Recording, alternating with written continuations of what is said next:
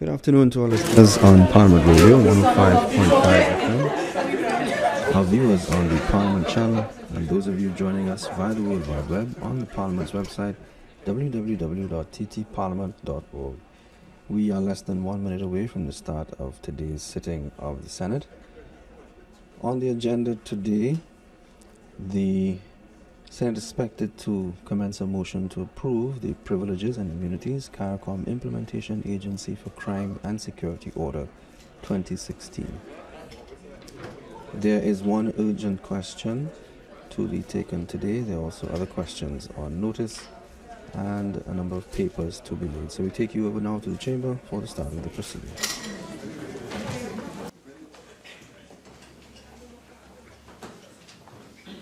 The Honourable the President. We welcome you to the 21st sitting of the Senate in the first session of the 11th Parliament that takes place on Tuesday, June 14th, 2016. Let us pray. Almighty God, we willingly acknowledge you as the supreme being, most gracious and most merciful. Look down, we beseech you, on us who are members of this Senate, and deign to assist us in the duties that we have to perform on behalf of our beloved country of Trinidad and Tobago. Open our eyes to see the truth, and help us to accept it with all its implications into our lives. Direct us, O Lord, in our deliberations, so that setting aside private interests, unwholesome prejudices, and personal affections, we may treat all matters set before us with honesty, courage, and conviction. Through all we say and do in this Senate, may we give glory and honor to your holy name, inspire confidence in our fellow citizens, and make a positive contribution to the peace and prosperity of our nation. Amen.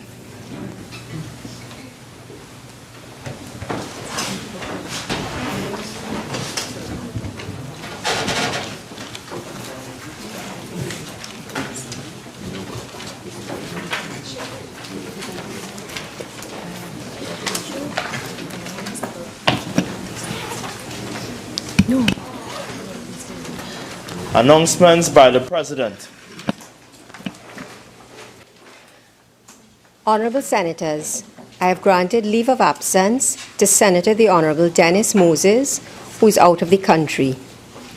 Honorable Senators, I have received the following correspondence from His Excellency the President Anthony Thomas Aquinas Carmona, SCORTT. The Constitution of the Republic of Trinidad and Tobago, by His Excellency Anthony Thomas Aquinas Carmona, ORTT SC, President and Commander-in-Chief of the Armed Forces of the Republic of Trinidad and Tobago. To Mr. Imran Mohammed. Whereas Senator the Honorable Dennis Moses is incapable of performing his duties as a senator by reason of his absence from Trinidad and Tobago.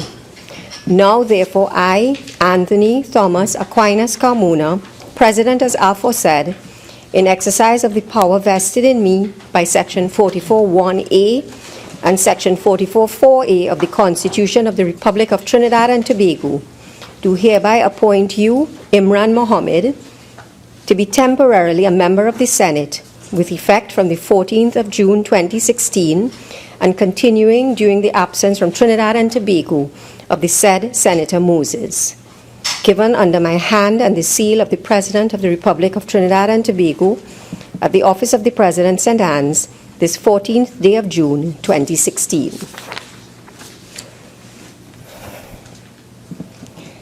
To Mr. Hafiz Ali. Whereas by the provisions of paragraph E of subsection 2 of section 43 of the Constitution of the Republic of Trinidad and Tobago, the President, in exercise of the power vested in him and acting in accordance with the advice of the Prime Minister, is empowered to declare the seat of a senator to be vacant. Now, therefore, I, Anthony Thomas Aquinas Carmona, President as aforesaid, in exercise of the power vested in me by the said paragraph E of subsection 2 of section 43 of the Constitution of the Republic of Trinidad and Tobago, do hereby declare the seat of you, Hafiz Ali, to be vacant, with effect from the 13th of June, 2016. given under my hand and the seal of the President of the Republic of Trinidad and Tobago at the Office of the President, St. Anne's, this 14th day of June, 2016. The Constitution of the Republic of Trinidad and Tobago, appointment of a Senator by His Excellency Anthony Thomas Aquinas Carmona, ORTTSC, President and Commander-in-Chief of the Armed Forces of the Republic of Trinidad and Tobago, to Mr. Rohan Sinanan. In exercise of the power vested in me by Section 42A of the Constitution of the Republic of Trinidad and Tobago, I, Anthony Thomas Aquinas Carmona, President as aforesaid, acting in accordance with the advice of the Prime Minister, do hereby appoint you, Rohan Sinanan, a Senator with effect from the 14th of June, 2016. Given under my hand and the seal of the President of the Republic of Trinidad and Tobago at the Office of the President, St. Anne's, this 14th day of June, 2016. Honorable Senators, Senators are required to take the oath, so can we stand?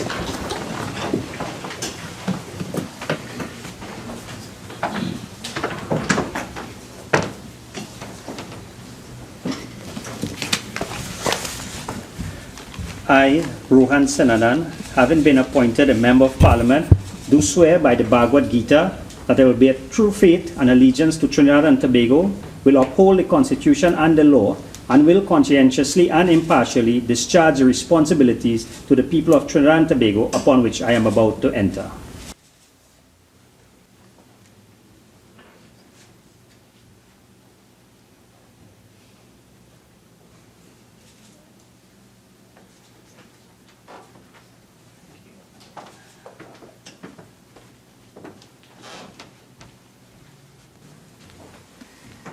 I, Imran Mohammed, having been appointed a Member of Parliament, do swear by Almighty Allah that I will bear true faith and allegiance to Trinidad and Tobago, will uphold the Constitution and the law, and will conscientiously and impartially discharge the responsibilities to the people of Trinidad and Tobago upon which I am about to enter.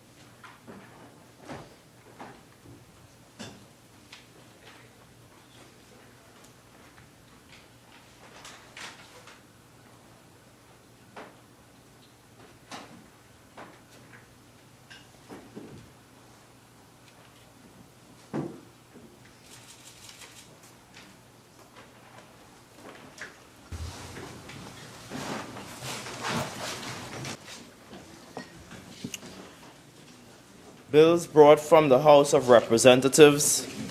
Number 1, the Remedies of Creditors Amendment Bill 2016 in the name of the Minister of Finance. 2, the Family and Children Division Bill 2016 in the name of the Honorable Attorney General. Petitions, papers. Leader of Government Business. Thank you, Madam President. Madam President, I have the honor to lay on the table the following papers as listed on the order paper and supplemental order paper in the name of the Minister of Finance. The annual audited financial statements of Lake Asphalt of Trinidad and Tobago 1978 Limited, LATT, for the year ended September 30th, 2009. The annual audited financial statements of Lake Asphalt of Trinidad and Tobago 1978 Limited, LATT, for the year ended September 30th, 2010. The annual audited financial statement of Caribbean New Media Group Limited for the year ended December 31st, 2014.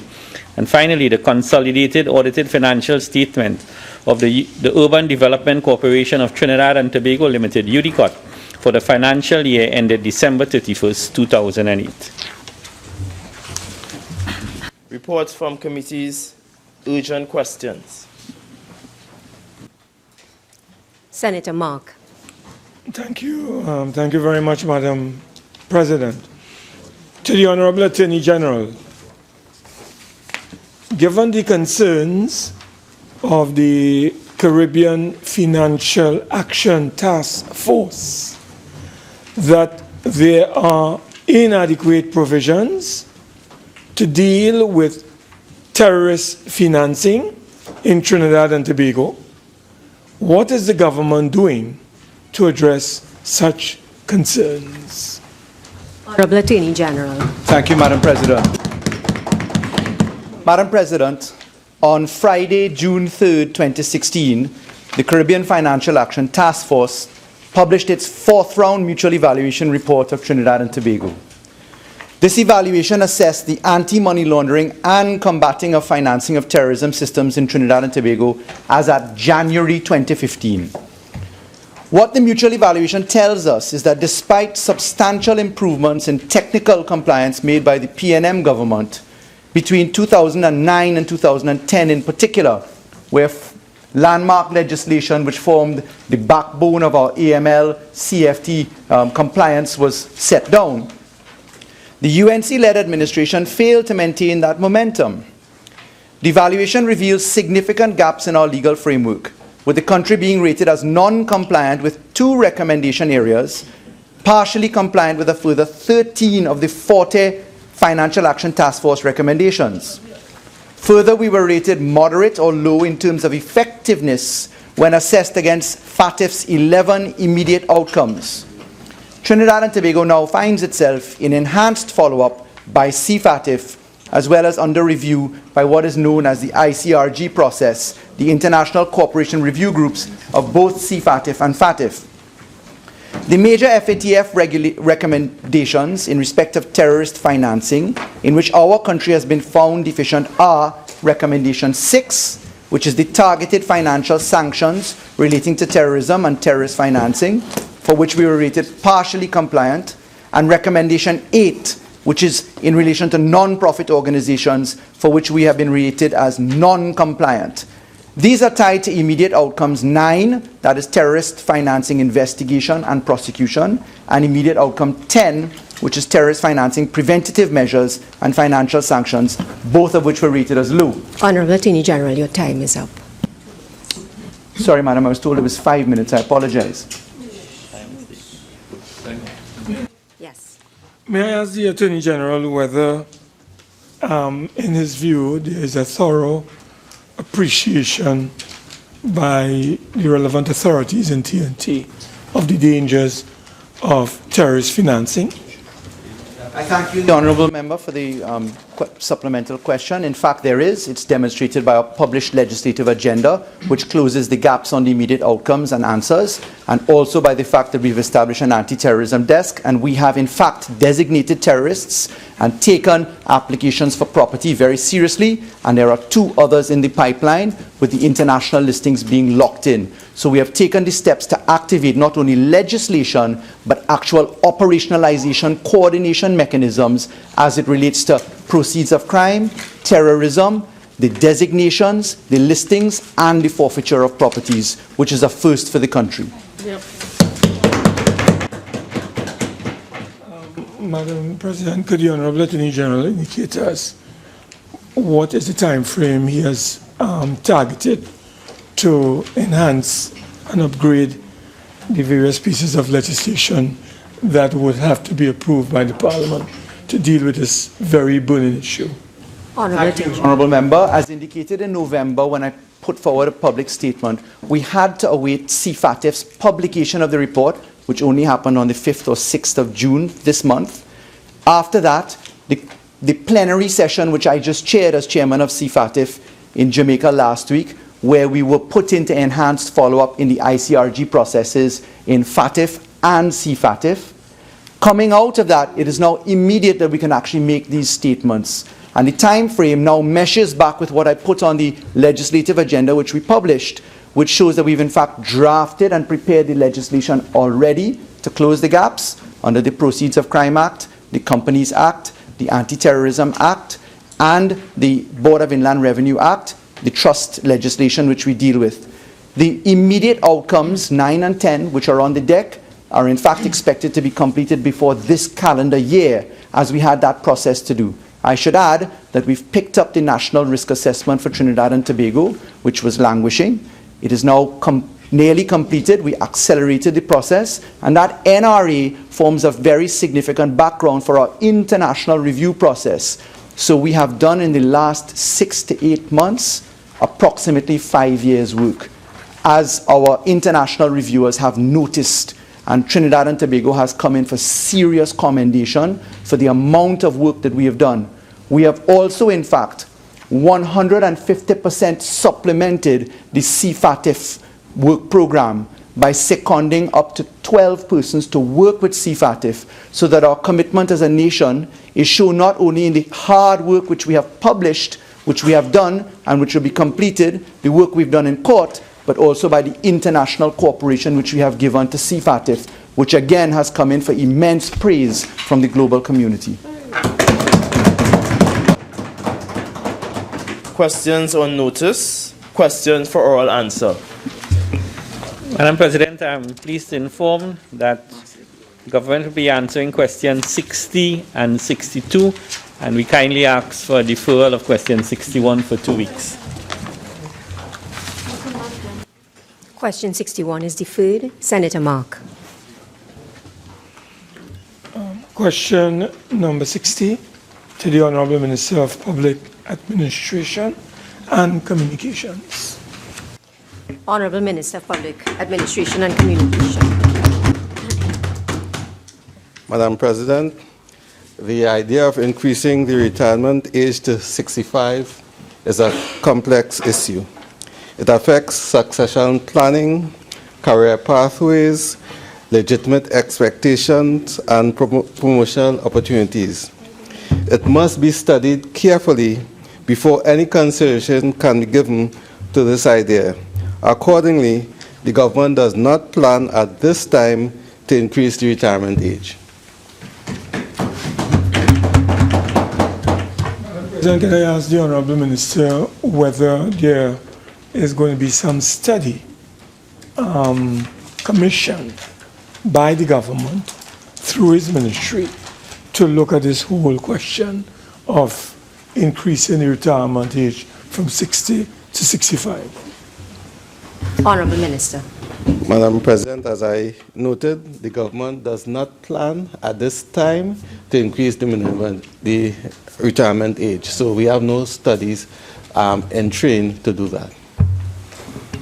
Madam President, the Honorable Minister indicate whether he's aware of any studies that have been done thus far, or that you would have met that address this entire question of looking at the retirement age. Is there any studies that you are aware of? Honorable Minister. I am not aware of any studies, ma'am.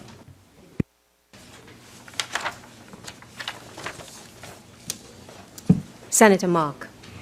Question number 62 to the Honorable Minister of National Security. Honorable Minister of National Security. Thank you very much, Madam President.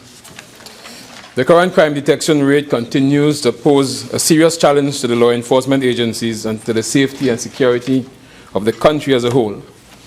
In order to address this situation, the Ministry of National Security has implemented several initiatives, which entail institutional strengthening, increased training, strengthened community partnership, and deeper collaboration among law enforcement agencies. These initiatives include the following. Under institutional strengthening, honorable members are advised that intelligence gathering is a critical component in the national security apparatus of our country. To this end, the government has restructured the strategic services agencies which now includes the National Operations Center and the National Security Training Academy. The reconfiguration of this most important intelligence agency will facilitate enhanced intelligence gathering and dissemination to the relevant national security agencies when required. Honorable members, we are incrementally strengthening the operational capacity of law enforcement agencies as follows.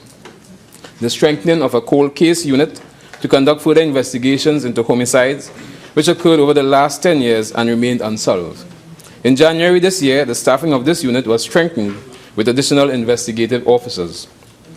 A criminal case management unit has been established in each of the 9 police divisions to assist in the management of criminal cases. The staffing of the Justice Protection Unit, commonly referred to as the Witness Protection Unit, has been increased. There has been an increase in the number of crime scene investigators. All existing databases within the Trinidad and Tobago Police Service have been expanded to allow for better monitoring of persons of interest. The use of modern technology has been expanded to assist in the detection of crime. This includes the following: digital recording of interviews. The Trinidad and Tobago Police Service is in the process of finalizing additional digital recording and videotaping interview suites for the purpose of improving the capture of admissions and confessions from suspects. The use of CCTV cameras. The Ministry of National Security has operationalized an additional 800 closed-circuit television cameras across the country. The total number of CCTV cameras in operation now stands at 1,800. It is envisaged that the installation of these cameras will not only act as a deterrent to the commission of crime, but also provide vital information that would assist in boosting the detection rate. Global Positioning Satellite System. Most police vehicles, Madam President, are now equipped with GPS technology, which allows for better deployment and monitoring. The capacity of the Forensic Science Center has been strengthened with enhanced computerizations of its operations, which will assist in the reduction in turnaround time of casework. With respect to increased training, Madam President, honorable members, police officers attached to specialized units are exposed to regular training to enhance their efficiency and effectiveness in crime detections. These units include the Homicide Bureau of Investigation, Fraud Squad, Cybercrime and Organized Crime, Narcotics and Firearms Bureau. The training covers such areas as digital forensics, underground economy, cell phone forensics, source handling, gang investigations, advanced narcotics investigation, and investigative interviewing. Under strengthening community partnership, Madam President, in addition to the measures outlined, the Trinidad and Tobago Police Service is continuing to engage the national community through several media, which includes town meetings, use of social media such as Facebook and Twitter, station council meetings, weekly press briefings, and Crime Stoppers, to name a few.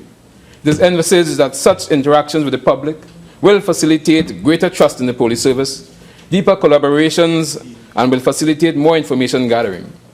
Such interactions can only impact the detection rate in a positive manner. Under increased collaboration, Madam President, honorable members, the Ministry of National Security understands too well that together we aspire, together we achieve, and therefore, collaboration among ministries and divisions is encouraged and facilitated. This includes the following. Collaborations among the Trinidad and Tobago Police Service and the following agencies has been strengthened to enhance efficiency, effectiveness, and intelligence gathering in the trust to improve the detection of crime. The Strategic Services Agency, the Trinidad and Tobago Defense Force, the Customs and Excise Division, the Port Authority of Trinidad and Tobago, the Trinidad and Tobago Immigration Division, Trinidad and Tobago Prison Service, the Forensic Science Center, and the Financial Intelligence Unit, Madam President. Senator Mark. Yeah. Could the Honourable Minister indicate that given all those initiatives that he has outlined and given the high rate and speed at the same time of murders in the country, would you want to share with us how has these initiatives been able to assist you and the country in increasing or improving the crime detection rate? And could you give us a figure as to what is the current? Senator, one supplemental Okay, at a sorry. time. Yes. Honourable Minister. Thank you, Madam President. Madam President, these collective initiatives are assisting greatly with respect to the detection rate. As it is now, the national detection rate with respect to crimes in general is about 22%. With respect to homicide, it stands at 17%. Madam President. And given all the initiatives that you have outlined and seeing that they are working their way through the system, do you anticipate that by the end of this year or by the first quarter of next year, the detection rate will move from, for homicide, for example, from 17% to what? What are you envisioning as it relates to those initiatives to deal with the increase or increasing the crime detection rate, let's say, for the next couple of months? Minister of National Security. Thank you, Madam President. Madam President, one must understand that crime and the commitment of crime is not a fixed variable. It's not something that we can even guess what can happen today or tomorrow. What I can say, however, is that the initiative taken would certainly lead to some improvement in detection rate when done collectively. But it's difficult to determine, as of now, what will be the level of crime tomorrow, how the detection rate be. But what I can assure you is that all the initiatives that we've put together would lead to some decrease in the detection rate. And I definitely can't put a timeline to that, Madam President. Thank you, Madam President. Will the Honourable Minister give us an indication if the government has intentions of opening any further forensic science centres throughout Trinidad and Tobago to assist in analysing and taking the burden out of the one we have in Port of Spain? Thank you. Minister of National Security. Madam President, the government has no intention of opening another forensic science centre at this point in time. However, the government is committed to increasing and improving the capacity of the existing forensic science centre, Madam President. Okay. Public business, government business, motions. Honourable Attorney General. Thank you, Madam President. Madam President, I beg to move motion number 1, standing in my name. Whereas it is provided by Section 9 of the Privileges and Immunities Diplomatic, Consular and International Organizations Act, Chapter 1701, hereinafter called the Act, that the President may by order declare that any international or regional organization or agency named or described in such order shall, to such extent as specified in the order, be accorded certain privileges and immunities. And whereas it is also provided by Section 9 of the Act that every order made under that section shall be subject to affirmative resolution of the Parliament. And whereas the President has, on the 22nd day of April 2016, made the Privileges and Immunities CARICOM Implementation Agency for Crime and Security IMPACS Order 2016, and whereas it is expedient that the order now be affirmed, be it resolved that the Privileges and Immunities CARICOM Implementation Agency for Crime and Security IMPACS Order 2016 be approved. I'm tempted to ask you how long the speaking time is now, Madam President, because I get confused between the House and the Senate under the new standing orders. Would you let me know? You have 45 minutes. Make your presentation. Much obliged, Madam President. Thank you. Lest I run out of time, as is my habit, it seems. Madam President, I thank the honourable members of the Senate for the opportunity to address what seems to be quite simple in purpose and simple in process, but important in effect, being this particular order before the honourable Senate this afternoon. For those listening through us, through you, Madam President, I'll explain that we're not here debating a bill, as we normally do. We're in fact debating a motion, and the motion is for the adoption of an order. It is to perfect that which His Excellency the President has declared by direction of the Cabinet should be put into effect today. And the rules of Parliament require that we consider this by way of affirmative resolution, which is different from the negative resolution approach. And the affirmative resolution is that it must be brought to the positive attention of all senators and members of the House. It must not be left for a member of the House or Senate to seek to negative it within 42 days of publication, but we must consider it collectively on a positive footing. And I've bothered to set out that process, Madam President, because what we are doing is something that is very important at law. We are, in effect, using what is referred to as a dualistic system of law as opposed to a monistic system of law. We are obliged, after the entry into any treaty or purpose, to make international law effective in our system of law. We're obliged to bring that law specifically to the Parliament and to incorporate it in our laws. The monistic theory of law, which other jurisdictions have, upon execution of an international instrument, simply becomes law by that mere fact of execution. So we must engage in this process because our law requires us to do that. The process is specifically provided for under Chapter 1701. It's the Privileges and Immunities Diplomatic, Consular and International Organizations Act. That is an act of Parliament which has stood on our books since it was born as Act number 23 of 1965, which has been amended on 3 occasions. That's a rather simple piece of law. It's comprised of 6 parts, and effectively it seeks to recognize diplomatic privileges and immunities for the basic Vienna Convention. Secondly, the consular privileges and immunities out of the Vienna Consular Convention, if I shorten the abbreviation term. 3, privileges and immunities for the various organs of the United Nations. 4, privileges and immunities for specialized agencies of the United Nations.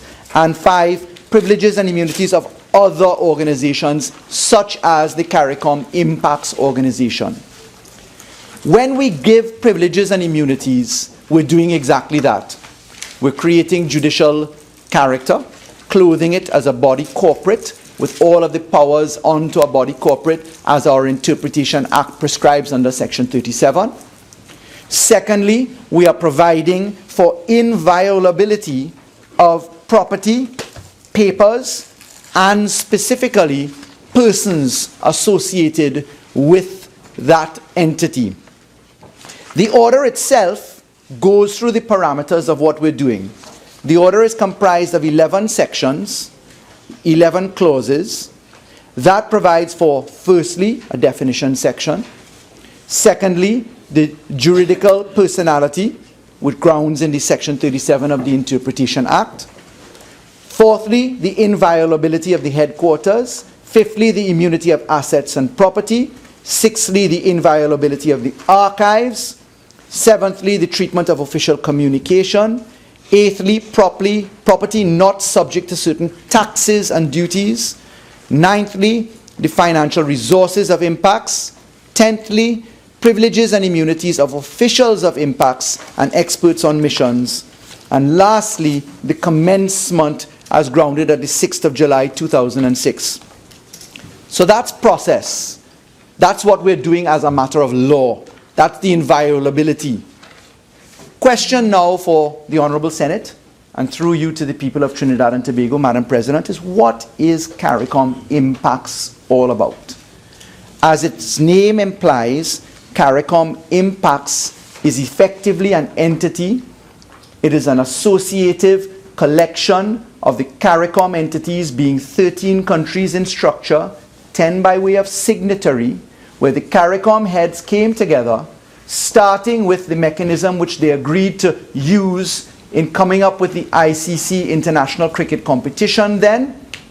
A collective agreement and approach was born where 10 of the states came together, executed an agreement establishing the CARICOM Implementation Agency for Crime and Security in 2006, and there was born CARICOM IMPACS. It worked so successfully that the heads of government participating thought it prudent to keep this thing as a permanent entity. And therefore the process of permanence began to be developed.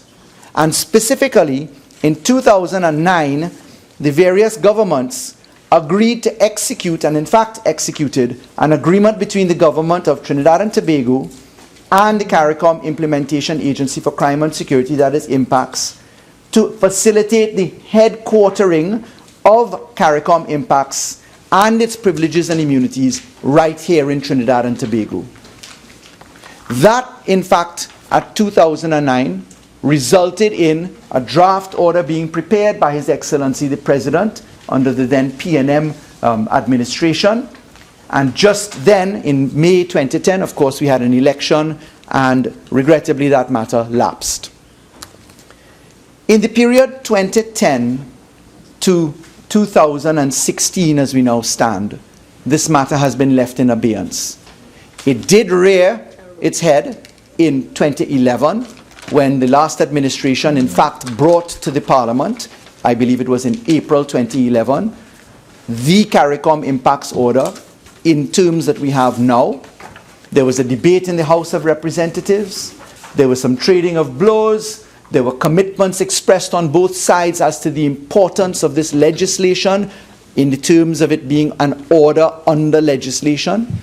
And there was agreement all around in the House of Representatives that this should in fact become law by way of the publication of the order being affirmed by the Parliament. Unfortunately, however, the matter was not pursued beyond the House of Representatives in 2011, and the matter was therefore left in abeyance for the next 5 years until it has now found itself on this parliamentary agenda. I don't want today to engage in the he say, she say, who should have done, could have done, didn't do, or whatever else happened. The fact is, the reason for this particular piece of law is quite simple. The privileges and immunities, in particular the exemption for taxation, is a very solemn and necessary tool for the agency to operate with. And I will tell you that the privileges and immunities itself is not an uncommon thing. I wish to assure all members of the Parliament. If one were to look quickly at Act number Chapter 1701, which is the parent legislation, in the list of index of subsidiary legislation, you will see that there are in fact 17 pieces of subsidiary legislation being orders of this type under the various category headings that I referred you to: UN, Consular Corps, other agencies, specialist agencies of the United Nations, all of which borrow similar type of terminology for the exemptions for taxation, etc., and in particular for the provisions of immunities and privileges. In fact, one of them stands out to me as an excellent example, and that is one done in 1994, which refers to the establishment of the Caribbean Financial Action Task Force, which, as you know, is something which we're talking about right now in Trinidad and Tobago, and which we're going to have a lot more conversation about in the coming months, because the work that is being done by Trinidad and Tobago in that forum is coming to bear and is very fruitful right now. The taxation aspect is critical, and I wish to refer to that, and the inviolability of records, etc., critical, because this particular agency, if I deal with the latter point first, is an agency which very successfully coordinates typologies of crime, information sharing, significant outputs that the region itself uses. And permit me to give a few examples of those.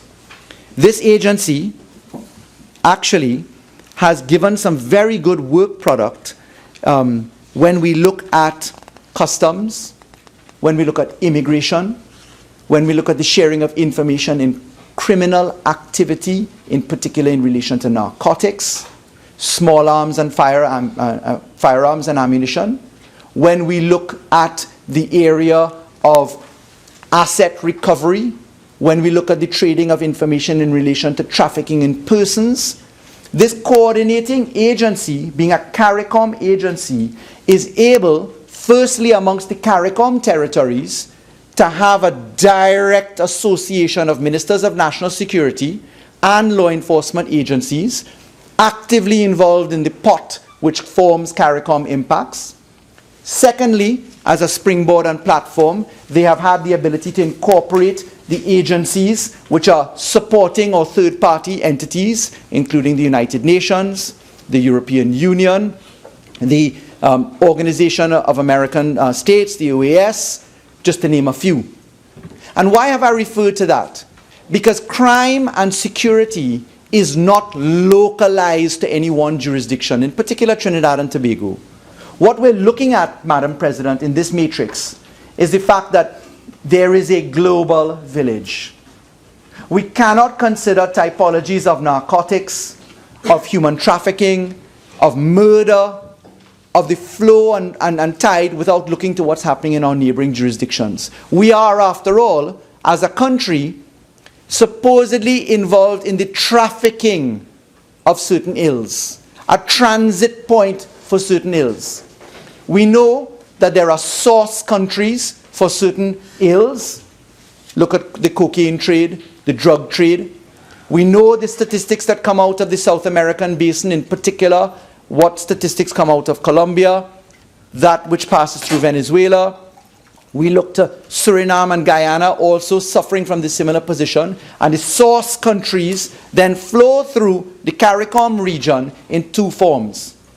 At the closest point 7 miles away from Venezuela is Trinidad and Tobago. We can see Venezuela on an early morning. And what we have coming into our country, where the maritime borders have not been protected for a considerable portion of the last 6 years, we have seen an uptick in criminality.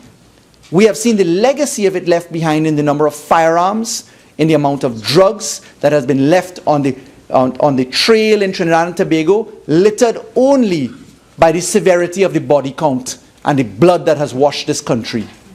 And this is not a political thing. This is not a new thing. This is not new to one jurisdiction's experience. But any government has to look at that source, trafficking information, and consequences and legacy items left behind. And then you look to the destination countries and you understand, yes, I've just identified the tragic elements left behind, but what about the other end of it, which is trafficked through, which is money? There is profit in crime. There has to be a trade.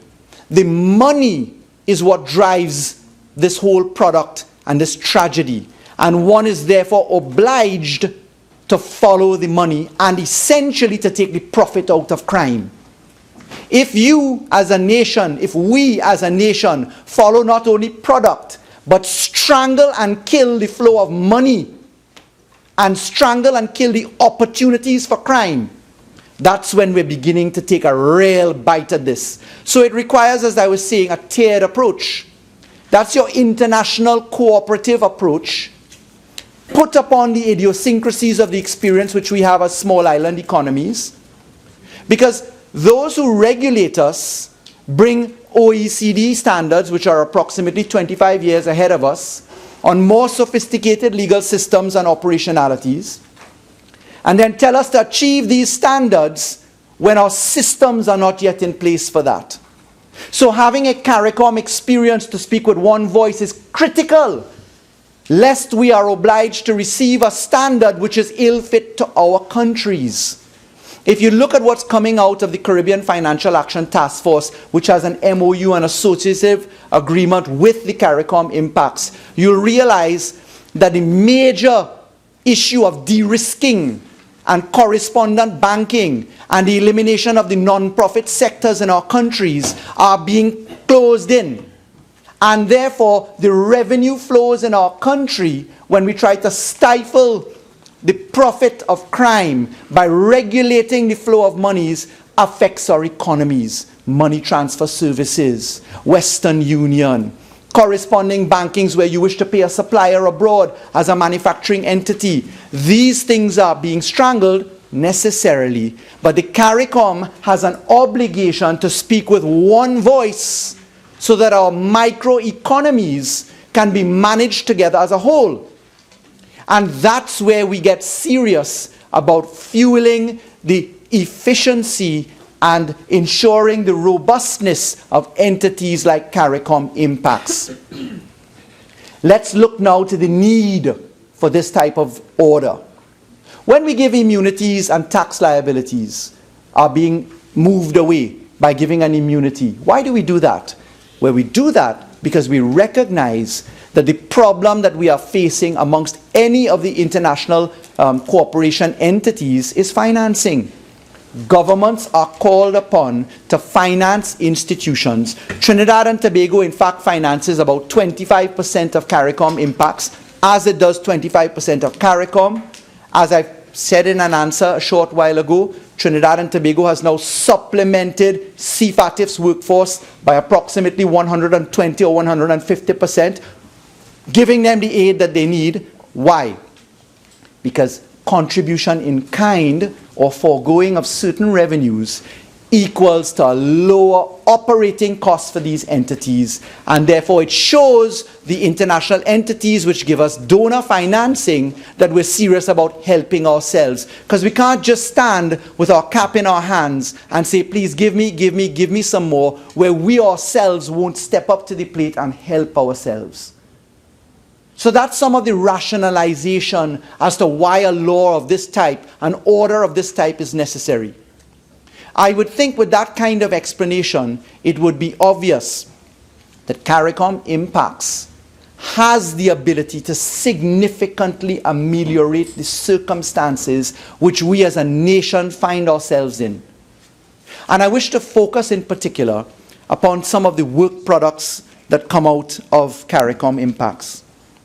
It was very useful to note in the excursion to edify ourselves as to what CARICOM IMPACS does, that the work product of CARICOM IMPACS is extremely noticeable, particularly because it's driven by a quasi-cabinet.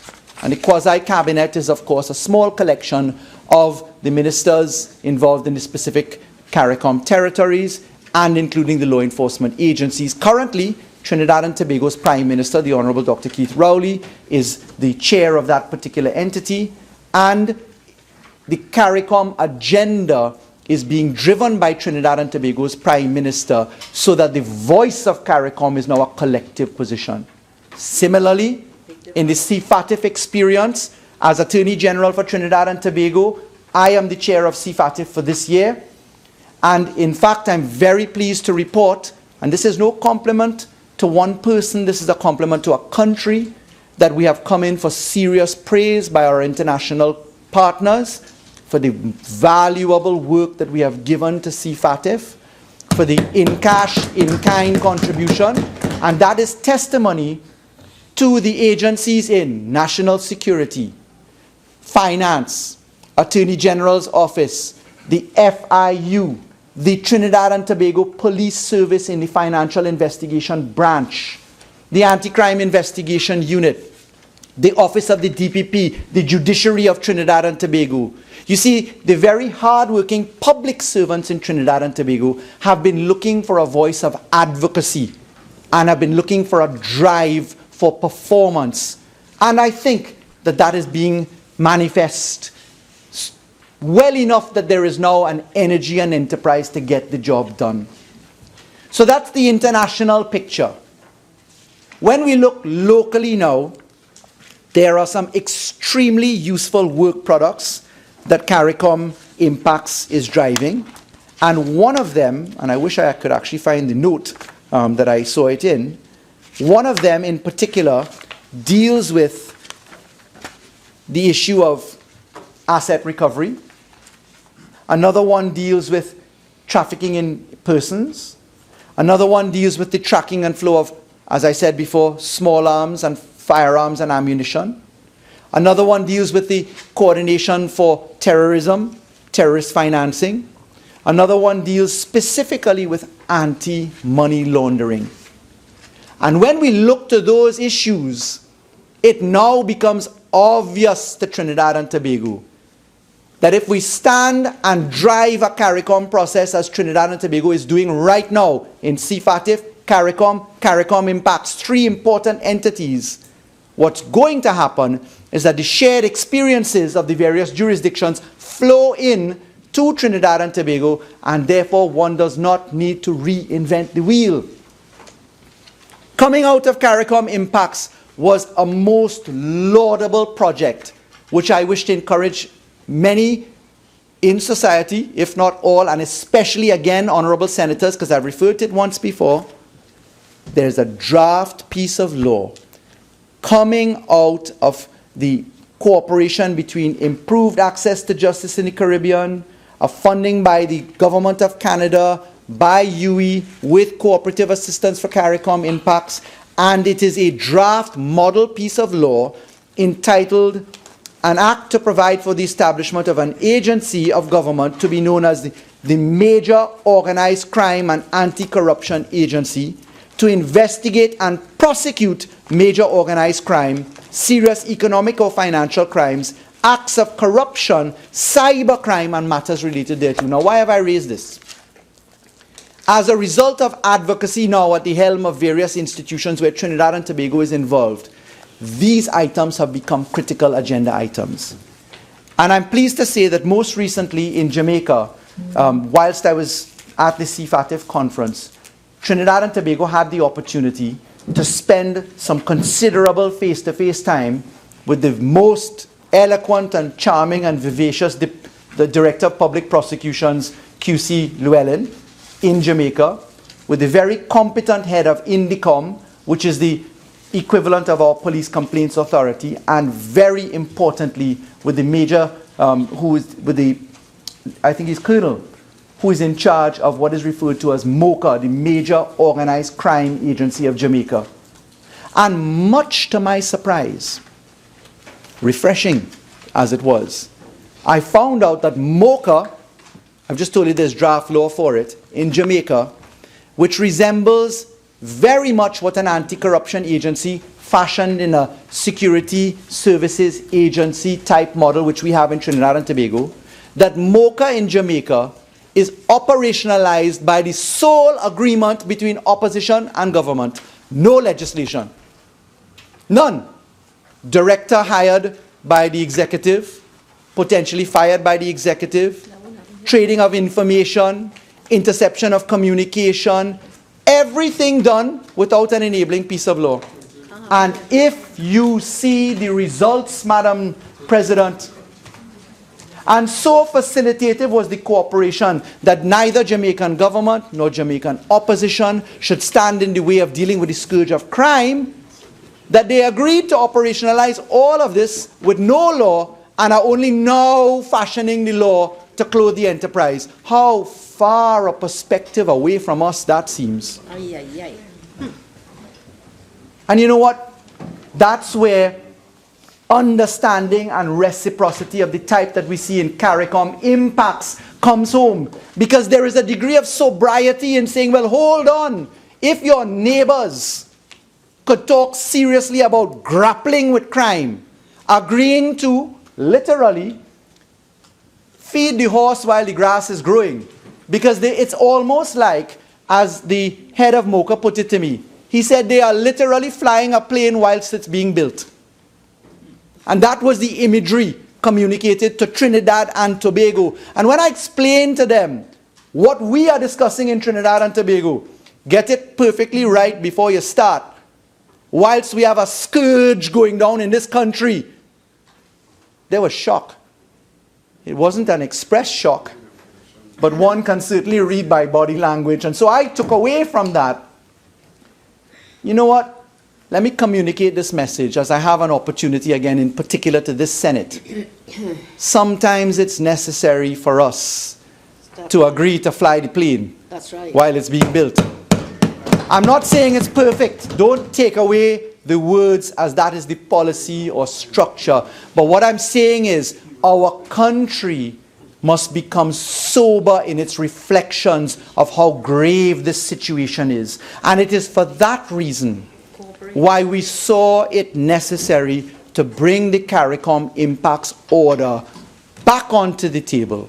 Today I don't intend to say who should have done what in the last 5 years to bring the thing to order. The entity was flying whilst the plane was being built. They've been in operation since 2006. They didn't have certain privileges and immunities, and they didn't have the benefit of certain taxation requirements. But you know what? We have the opportunity to complete that process today and just move along. That's right. That's what we have an opportunity to do. And I want to encourage all honorable senators to reflect upon it in this fashion. To understand that there is a line of sight to all of this.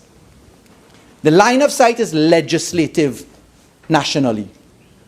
It is international cooperation through legislation which is grounded dualistically, as I've just explained, as opposed to on a monist sort of approach, where we take in the benefit of laws which we've agreed to by international treaty and we apply them so we can actually share and deal with information and give certain benefits and privileges to encourage people to work more assiduously and with certain safeguards and comforts which are normal in the international environment.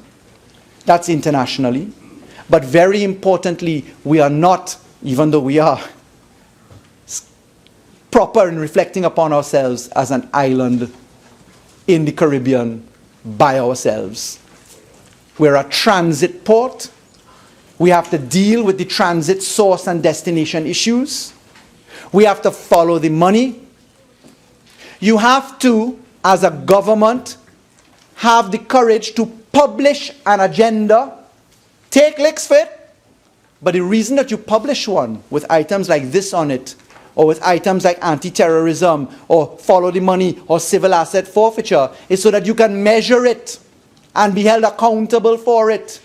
Because no one minister drafts the law without consultation inside of government ministries or agencies. And when you publish something, you have the ability to remind the public service, time exists. I often joke, quite seriously, that Newton could have asked Einstein, if they in fact coexisted at the same time, which they didn't, to do the theory of relativity of time as an exercise by judging Trinidad and Tobago. Because time doesn't seem to exist in certain sectors. It just doesn't exist. And that's why publication, measuring your tasks, or measuring how you don't perform tasks, is so critical. If it can't be measured, it can't be performed. And I say that because I've heard some rumblings about who do what in what time, and people talking about what agenda they had when it was never published. And I don't want to talk about something that wasn't published. Let's talk courageously about what we published and what we measured. And the fact is, this step today, the affirmation of this order, should the Honorable Senate so agree, is a step in the right direction. There are serious work products to come out of this enterprise. There is no mischief. There is ample precedent for this approach. It has been long in the making. I would assume that the Honorable members of the opposition, as they all are, would have support for this particular order, because when they dealt with the matter in 2011 in the House of Representatives, it was piloted by the then opposition, now opposition sitting then as government, and it was unanimously supported by the opposition and government then. So I don't think that there's much mischief across the two political parties here. It is of course open to the members of the independent bench to ask any questions that they may have. Hopefully we'll be able to satisfy the queries and concerns that you have as a government. We wish to assure you that this has been well thought out and long in the making, and that when one looks now to connecting the dots on what you do, that it is measures like this that fit into your anti-crime plan. I've noticed this terrible anomaly in Trinidad and Tobago of talking about a crime plan. People say, where's your crime plan? The government of Trinidad and Tobago does not have a crime plan. We have an anti-crime plan. We have a security plan. And this fits in to the anti-crime plan which this government has. When one connects the dots on our legislative agenda, on the follow the money aspects, on the taking the profit out of crime aspects, it becomes pellucidly clear. It is also associated with the improvements that we're engaging in to better and to transform the criminal justice system, which is obvious again on the legislative agenda, and it is something that you're going to hear a lot about in specific details, because I'm very pleased to say that we have made amazing success in the last 8 months, which we will unveil for Trinidad and Tobago. It is also about protecting your most vulnerable, including your children, and you see the hard work that has been engaged in on that perspective as well. It is about operationalizing at the same time, be it in small issues which have great impact, such as the implementation of the speed limit or your public procurement, what one refers to sometimes as the broken window theory, often advocated by the last Minister of National Security, Gary Griffith, or the second to last Minister of National Security.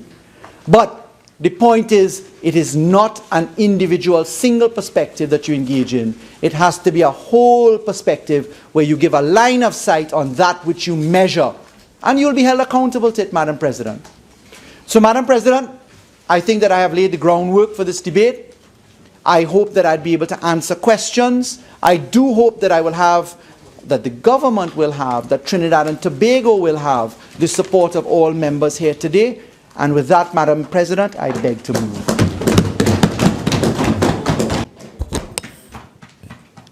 Honourable members, I shall now propose the question for debate.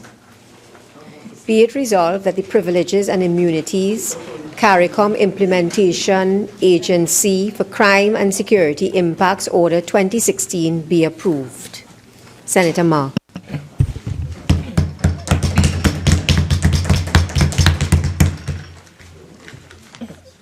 Thank you very much, Madam President.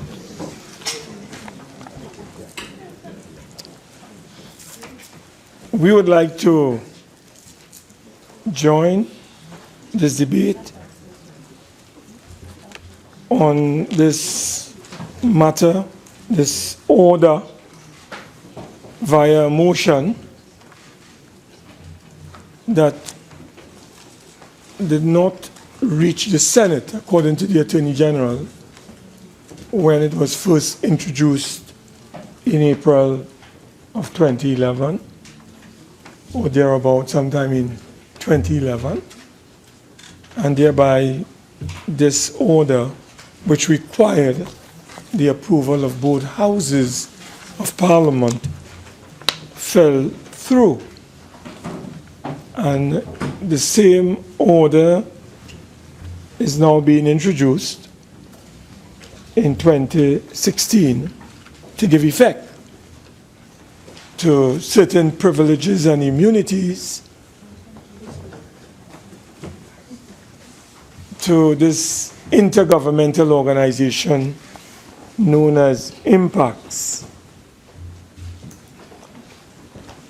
I would have thought that the Honorable Attorney General would have given us a status report on this organization and where is it at this time. Because not too long ago, this organization was involved in a lot of controversy. I recall sometime in 2011, I think it was the Trinidad Express, through Kamini Maharaj, had a very, very serious article dealing with improprieties, fraud, misappropriation, misconduct involving certain elements within the IMPACS operations. And I would have liked to ask the Honorable Attorney General, based on a comprehensive forensic audit that was commissioned by the CARICOM Secretariat into this particular organization, what were the findings? Since Trinidad and Tobago, Madam President, is contributing 25% of the overall budget to the IMPACS, I would have liked the Attorney General to tell this Parliament today what is the size of the overall budget of IMPACS. We contribute 25%. Other CARICOM member states up to mark, or are they current, Madam President, in their contributions towards this organization. These are matters that we would like to, or we would have liked to, hear from the Attorney General on. Because we would also like to know objectively, and not in broad terms, what is IMPACS' impact on crime and security in our region. Because CARICOM is one of the most murderous regions in the world. I think they are the first, if not the second, in terms of homicide in the world. So what is IMPACS doing in providing direction, Madam President, to the region in addressing this scourge? And we know, Madam President, based on what the Attorney General has said, that the drug trade is the driving force behind the guns, behind the murder rate that we are experiencing in the region today. Not to talk about Trinidad and Tobago, where we have more murders in the year than the days of the year. So far as I understand, Madam President, we're over 210 murders. So when the Attorney General says that this crime plan or this IMPACS and what it does fits into the government's anti-crime plan, he didn't really elaborate on what he meant by that. Because we are not seeing the connection between the IMPACS crime and security plan and what is taking place in this country. So we really need to get some answers from the Attorney General as to what is the status of this agency. What has it done in the last few years? It was born in 2006. Prior to that, Madam President, we understand there was a regional task force on crime and security that was taken over by IMPACS in 2006 when we had, as the Attorney General said, the World Cup cricket tournament in the region.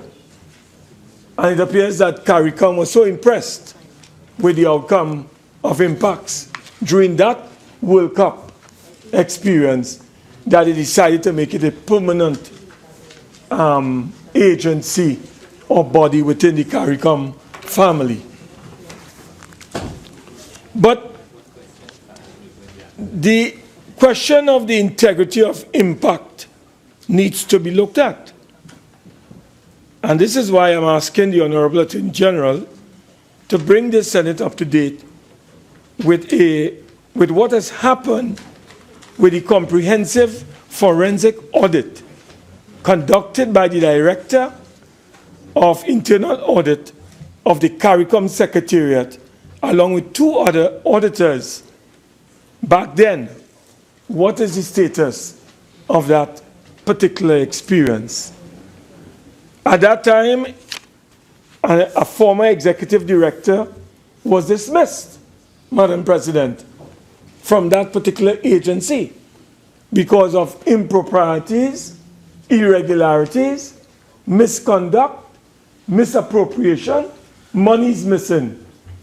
Because the same way, Madam President, we were arguing for mechanisms for the oversight and for proper accountability with the SSA, is the same way we do not have, and maybe the Attorney General could share with us, whether there are mechanisms in place for the accountability of finances given to IMPACS, Madam President. So we would like him to share with us information on what kind of accountability and oversight mechanisms are in place at IMPACS to reduce waste, inefficiency, and illegal activities. Now, we know, Madam President, according to the Attorney General, and it's a fact, can't escape from it.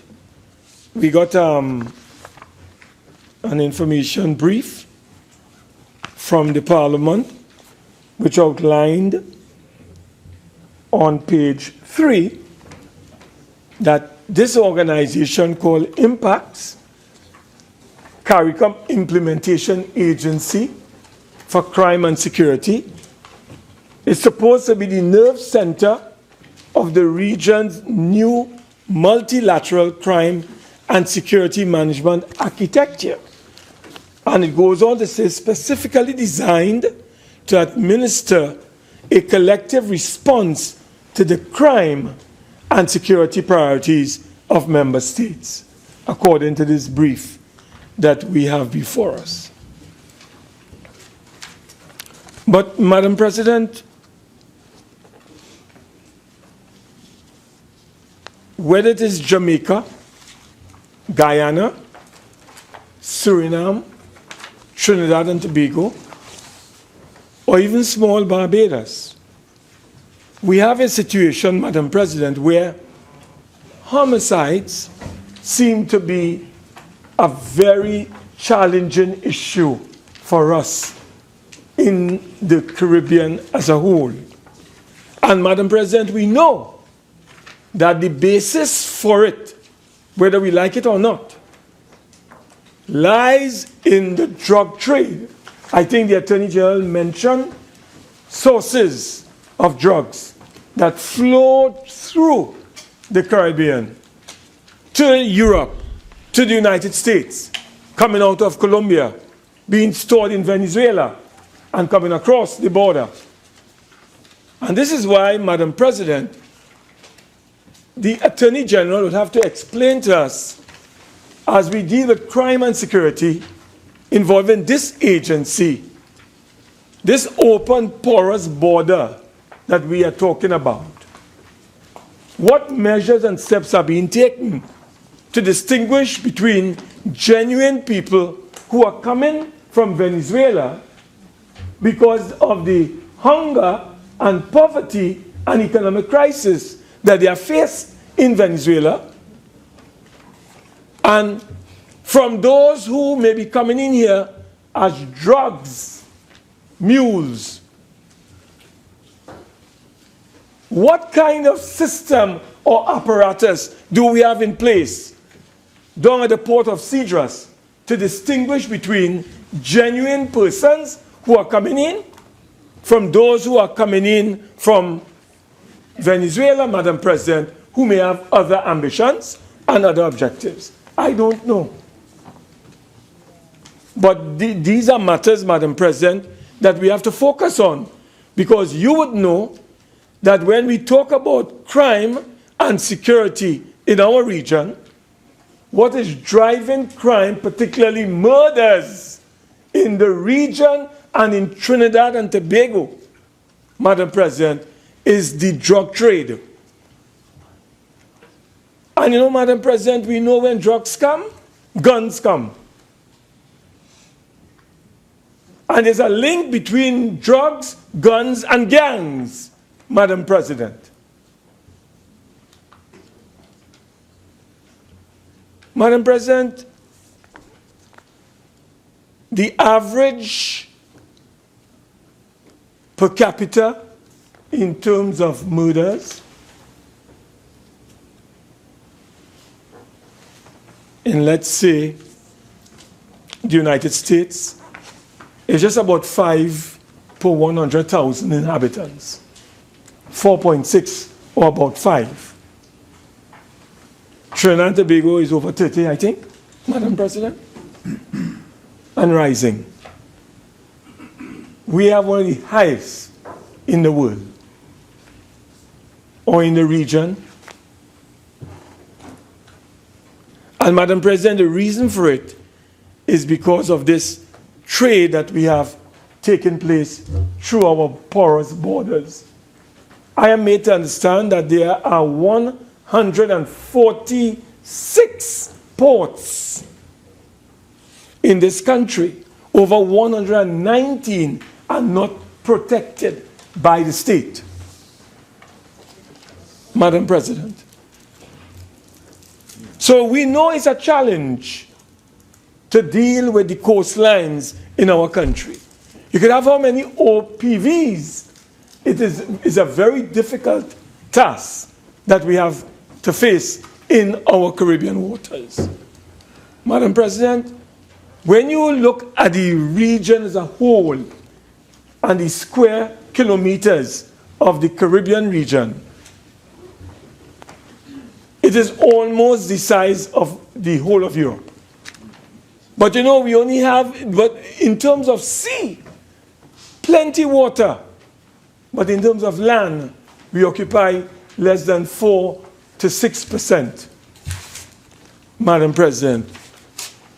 So we have a large coastal challenge, plenty coastlines to protect, Madam President, but we don't have the capacity, we don't have the resources to do it. And this agency is supposed to be providing, Madam President, the kind of support for our region so that we can advance, Madam President, the well-being, the welfare, and the interests of the people of Trinidad and Tobago. Madam President, there's a report that was published some time ago entitled Crime, Violence, and Development, Trends, Costs, and Policy Options in the Caribbean. Some time ago, 2007, published by the UN Office on Drugs and Crime and Latin America and the Caribbean region of the World Bank. It was a joint report. And it didn't make good reading at all in terms of what is happening in our part of the world. Madam President, before 2000, the literature is showing, less than 1/3 of the persons in Trinidad and Tobago who were killed, who were murdered, firearms, guns, would have been the preferred weapon of choice. That was before 2000. 1/3 of the persons who were murdered, according to this report, they were victims, but they died, Madam President, as a result of the use of the gun. Today, as we speak, it is between 80 and 85% of the persons who are killed in this country, who are murdered in this country. The weapon of choice, Madam President, is the gun. So we have gone from 1/3 before 2000.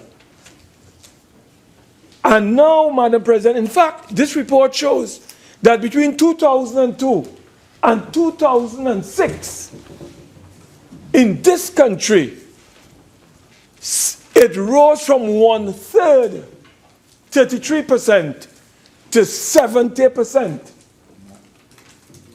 under the government led by the former Prime Minister, Patrick Manning. So what I'm saying, Madam President, the drug trade in this country seems to be overwhelming the capacity of the state. And the mere fact that people are dying between 80 and 85% are dying, Madam President, as a result of the use of firearms, it tells us that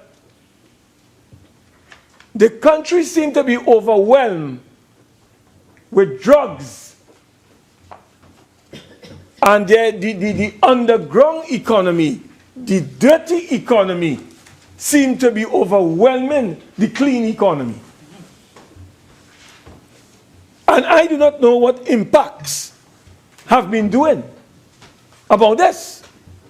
I do not know what advice they have been offering the Caribbean, and maybe the Attorney General in his new capacity as chairman of FATF might be able to share with us what is happening with this organization. Because, Madam President, just recently, in fact, I was shocked to learn, but it is what came out of the newspapers. It was in the Sunday newspapers, where I think it was on page 24.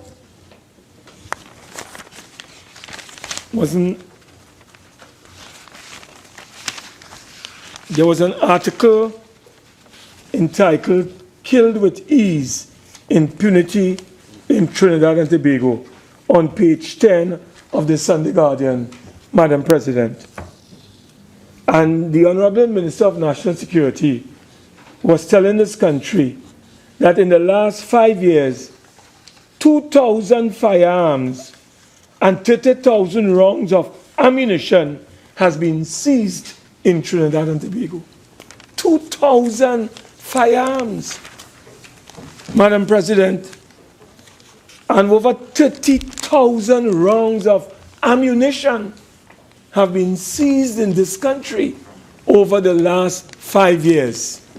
And Madam President, the police commissioner was at pains to tell us only recently that they have taken off the street thus far, I think close to 300 firearms or 359 firearms within the first 6 months of this year. So, Madam President, here it is, we are going to give this organization privileges. We are going to clothe them with immunities. They have all kinds of privileges, which I have no problem with, because it's an intergovernmental body. It's a CARICOM body. We are part of CARICOM. But am I getting value for my money? I do not know. I haven't seen any effects. I haven't seen benefits.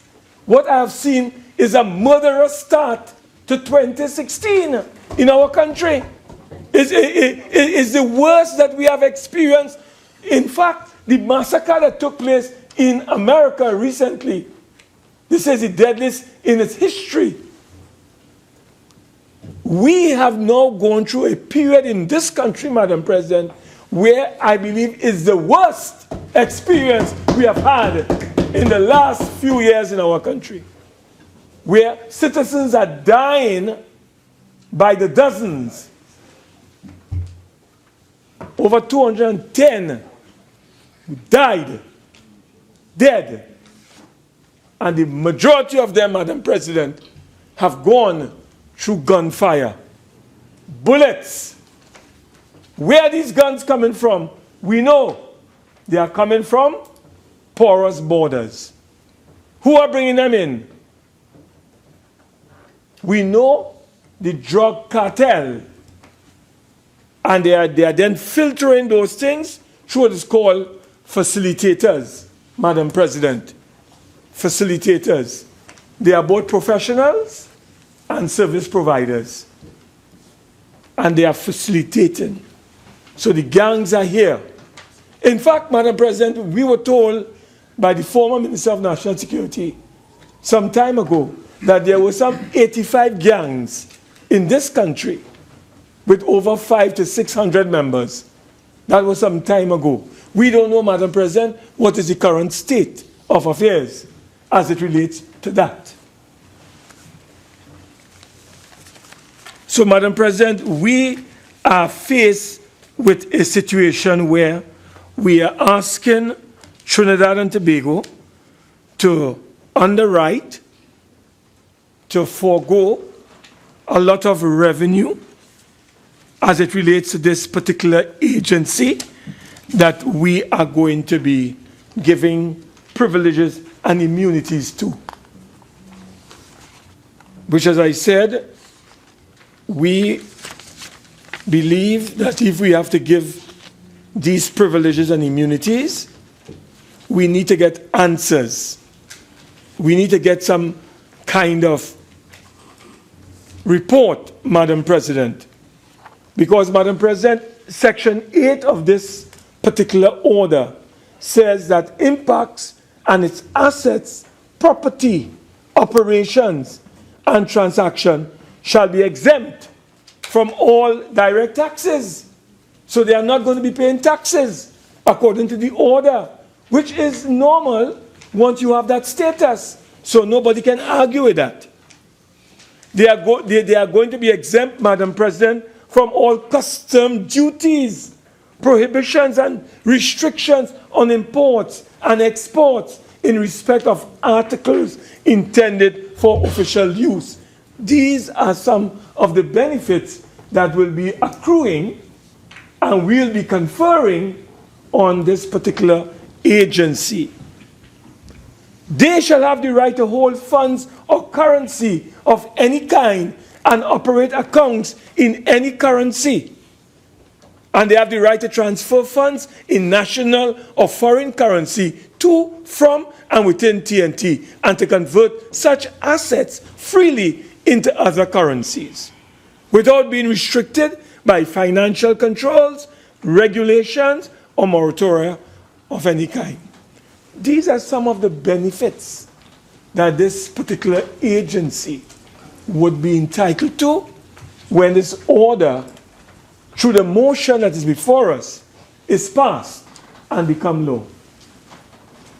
But we don't know how Trinidad and Tobago has been benefiting, Madam President, from this.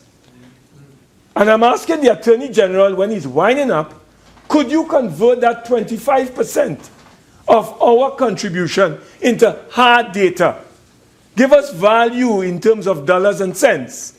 When you convert that, Madam President, is that $2 million, $10 million, $15 million? What is the overall budget of this agency? We don't know. We need information. And, Madam President, we ought to be advised by the Attorney General.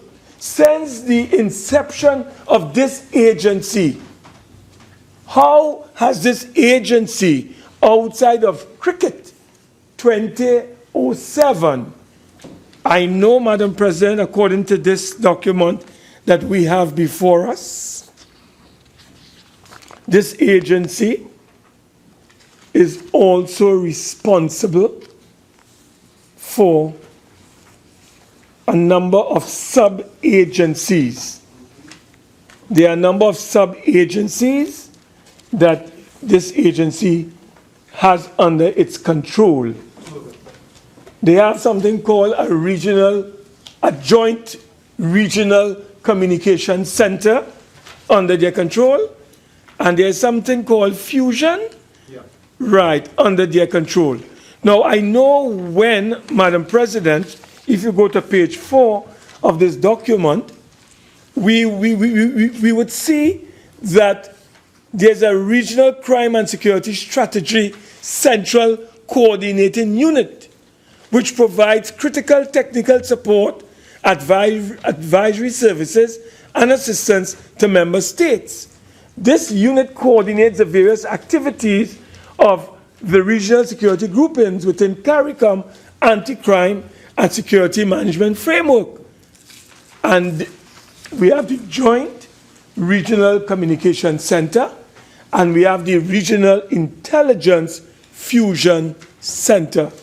Now, we are told in this document that the JRCC is a central clearinghouse for the advanced passenger information and acts on behalf of individual CARICOM member states for the purpose of pre-screening passengers from air and sea carriers traversing the region.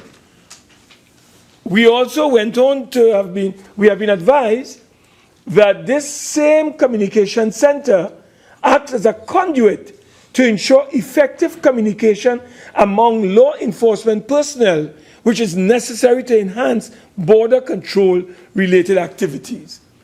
But we haven't had any concrete information being put before this Parliament so that we can support this order. What is the data like as it relates to pre-screening of passengers from air and sea carriers traversing the region over the last few years? Is it 55 million? Is it 30 million? We don't know.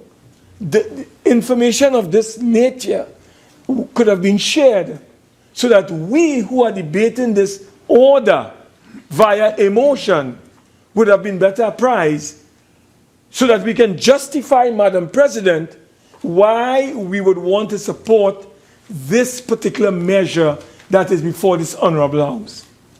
But we haven't been provided with the information. Information has been very tight, coming from the lips of the Honorable Attorney General on this matter. Then we also know that this center is supposed to deal, Madam President, with persons, detect persons who are traveling with stolen, lost, fraudulent travel documents, along with the identification of and monitoring the movement of persons of interest, including those who may be of a high security threat to the safety and security of our region. This is a laudable thing, Madam President. But could we get some data on the efficacy or efficacy, the effectiveness, the efficiency of the operations of this organization over the last few years, as it relates to how many people they have been able to link our CARICOM member states, as it relates to they traveling or these people traveling with stolen, lost, or fraudulent travel documents. How many people of interest, Madam President, of a national security nature have we been able to identify traveling through our region? 10, 30, 40? We don't know, Madam President. What we do know is that terrorism is on the rise in the region. What we do know, we have 100 ISIS fighters who are Trinidadians and Tobagonians, and they are coming in and leaving Trinidad and Tobago when they want and when they like. What we do know is that we have an invasion via migration out of Venezuela into Trinidad through Cedros and other ports of entry at this time. We don't know who's terrorists, we don't know who genuine, but they are coming through. And we know bordering Venezuela is Colombia, and they are the manufacturers of drugs that they export to the United States, to Europe, and we are the conduit and the transit point to get all the drugs to the United States and to Europe. So we don't know what is going on, Madam President. And that is why, Madam President, people are in a state of fear and panic when you see these things happening. And Madam President, a new style in this country, we don't know who is behind it. We don't know if it's the drug lords. We don't know if it's ISIS sympathizers. We don't know who they are. What we do know is that they are injecting fear into the population of this country. So every day is a bomb threat. Vacate Trinity Mall. Leave this place. Leave that place. School children writing exams. Bomb threat. What is going on here? Somebody's testing the state. We don't know. But these are serious developments. And Madam President, a new phenomenon we have seen appearing in Trinidad and Tobago, hand grenades. Where are they coming from, Madam President? Where are they coming from? And we are talking about IMPACS. And we are saying that IMPACS is part of the government anti-crime strategy.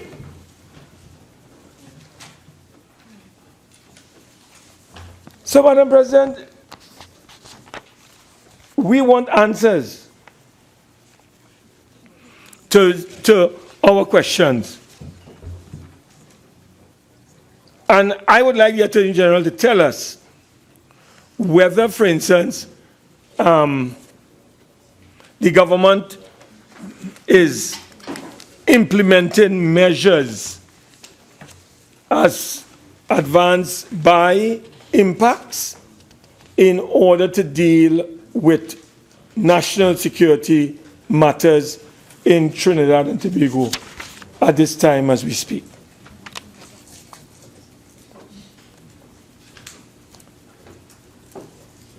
Madam President, the Attorney General spoke about he spoke about asset recovery rather, talked about trafficking of persons. To mark your 5 more minutes. Yeah, he talked about trafficking in persons, trafficking in small arms and ammunition, and terrorist activities, money laundering, and he also made mention of some draft model piece of legislation. All these things he mentioned in his contribution. He also talked about the good work of this organization through customs. Well, I've given you some example of that. Immigration, narcotics. We don't know what's going on in that area.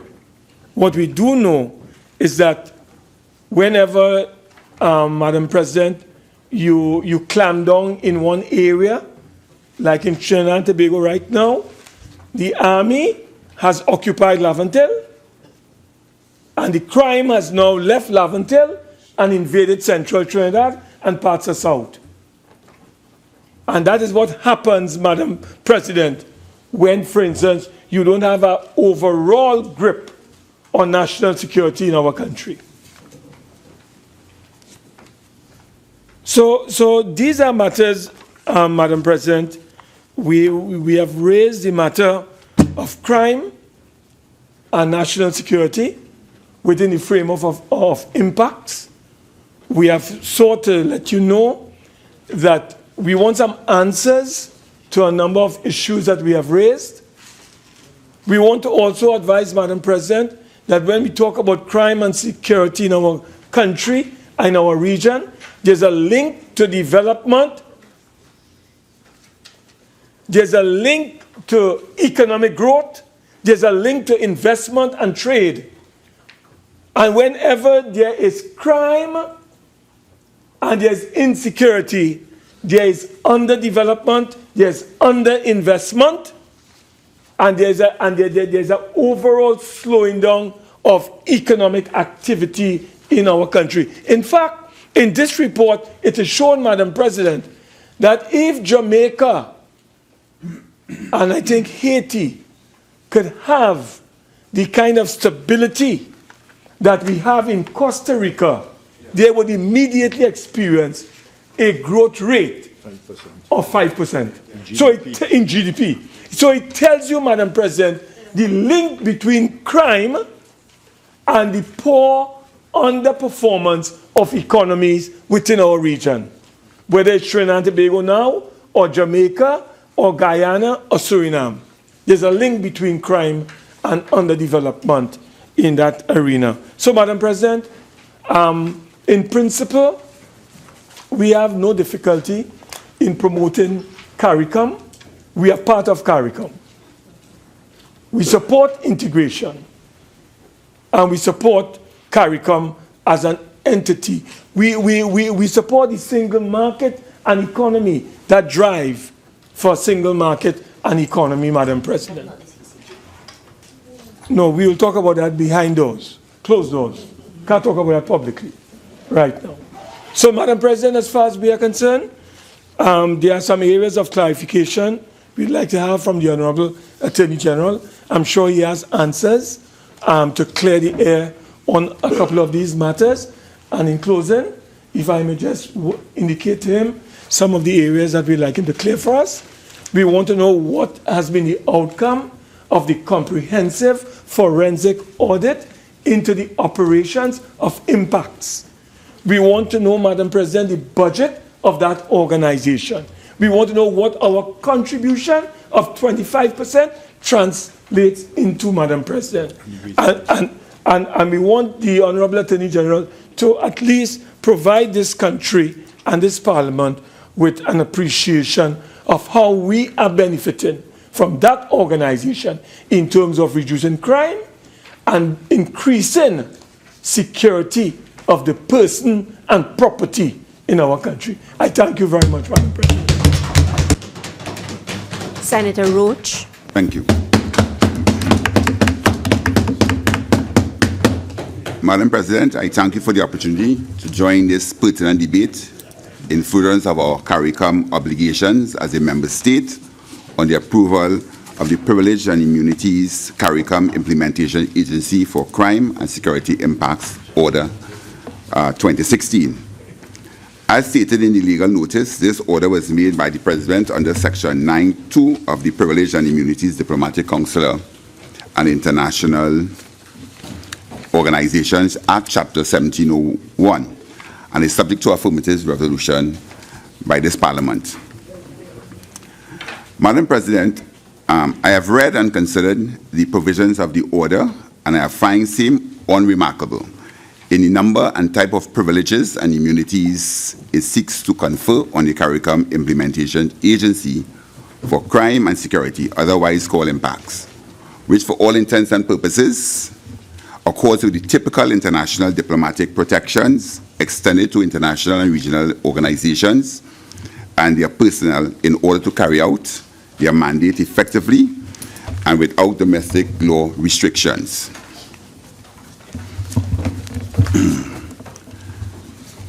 Madam President, it's to be noted that carte blanche privileges and immunities are not simply extended to persons who are either Trinidad citizens or residents, and that too is in keeping with the international law protocol and diplomatic community.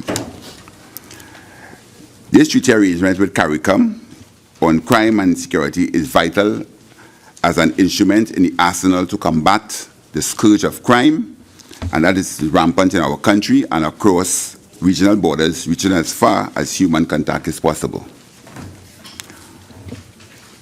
Our country as a whole is grappling with the unacceptable levels of runaway murders, and any competent effort, strategies, alliances, and decisive actions aimed at rectifying the current crime wave will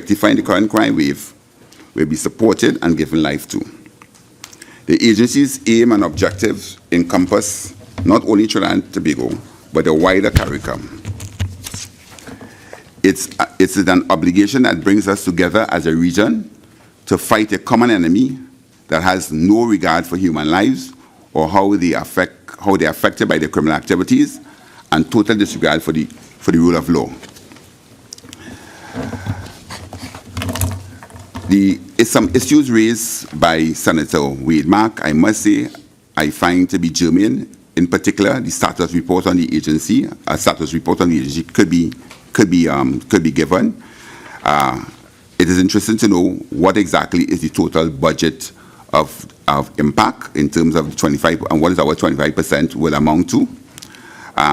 And if at this stage, since IMPAC has been in existence since 2006, what is in fact the impact of IMPAC on the crime? These are germane questions, and I think I'm sure the Attorney General will be very minded to answer them.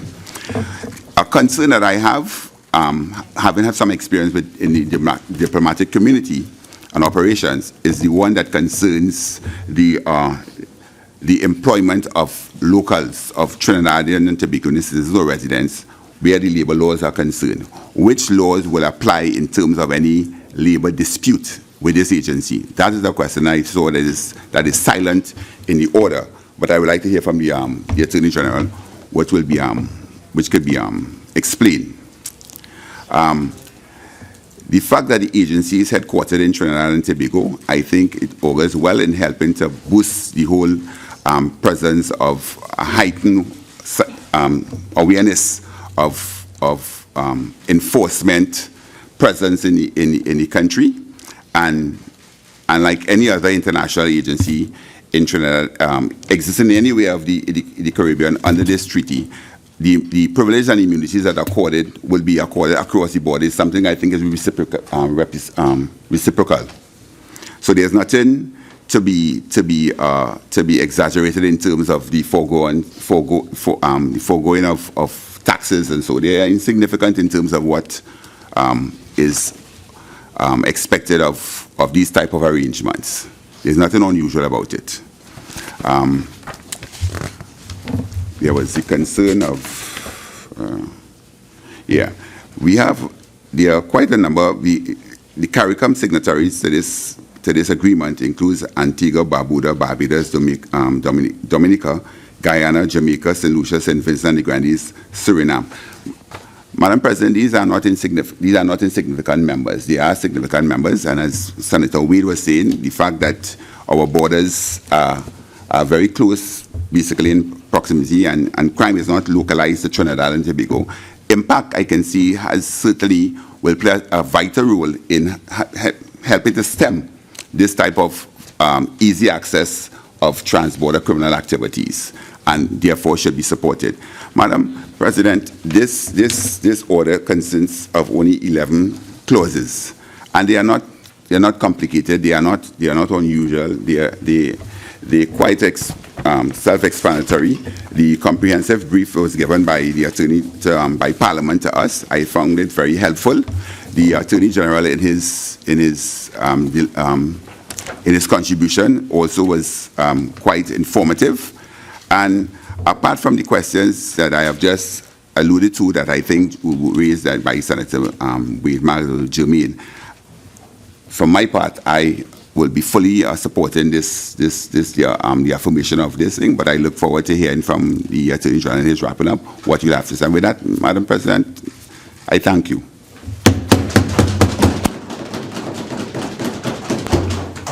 Leader of Government Business.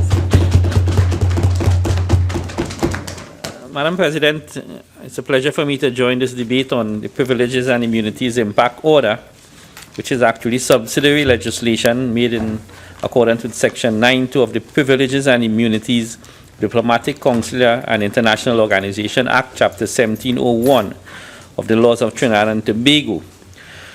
For the records, Madam President, IMPACS refers to the CARICOM implementing agencies for crime and security, a regional institution established in 2006 to advise on and implement the region's security agenda. It also has responsibility for the day-to-day administration and technical functions required to fulfill its mandate. But before I proceed with the body of my debate, Madam President, as Leader of Government Business in the Senate, I think it would be remiss of me if I do not take this opportunity to thank Senator Hafiz Ali for his contribution to the Senate over the last 9 months. He debated in the budget debate, and I think on 2 other pieces of legislation, and as Leader of Government Business, I welcome his contribution. And I just want to caution the society that we have a culture here where for a single transgression, we condemn you for life. And Mr. Ali is still a very young man. He may have done something inappropriate. But I think he will work through his challenges, and we should all, as former members of his colleagues in the Senate, and I speak now on behalf of the PNM, that we will give him all the support he needs to work through this challenge and hope for the best for himself and his family.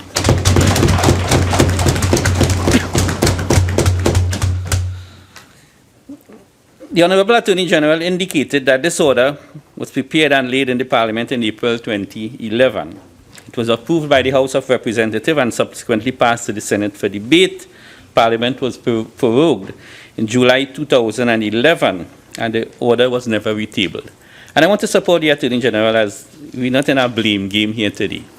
But when things like these happen, Trinidad and Tobago looks bad. Simple legislation to pass, and it gets stuck in the system for some strange and unexplained reason. And this, to me, is what defines underdevelopment. We just do not have our torchlight focused on what we should be doing. And it is a sad thing to fathom here in this Parliament today. But it has happened, and I support the Attorney General. He's not here to cast blame on any administration or former administration, but we were going to put it right today with the support of, I guess, both the opposition and the independence bench. But, Madam President, the issue of crime and security remains a top priority for the government of Trinidad and Tobago. I want to go on record, the Honorable Attorney General mentioned it en passant, but the Honorable Prime Minister is also the lead head of government with responsibility for crime and security in the CARICOM's quasi-cabinet. I want to also inform this Honorable House that at the 27th intersessional meeting of the Conference of Heads of Government of CARICOM held in Belize just in February of this year, 16th and 17th of February, the Honorable Prime Minister Dr. Al-Rawi proposed and the conference adopted the protocol amending the revised Treaty of Chaguaramas to 1.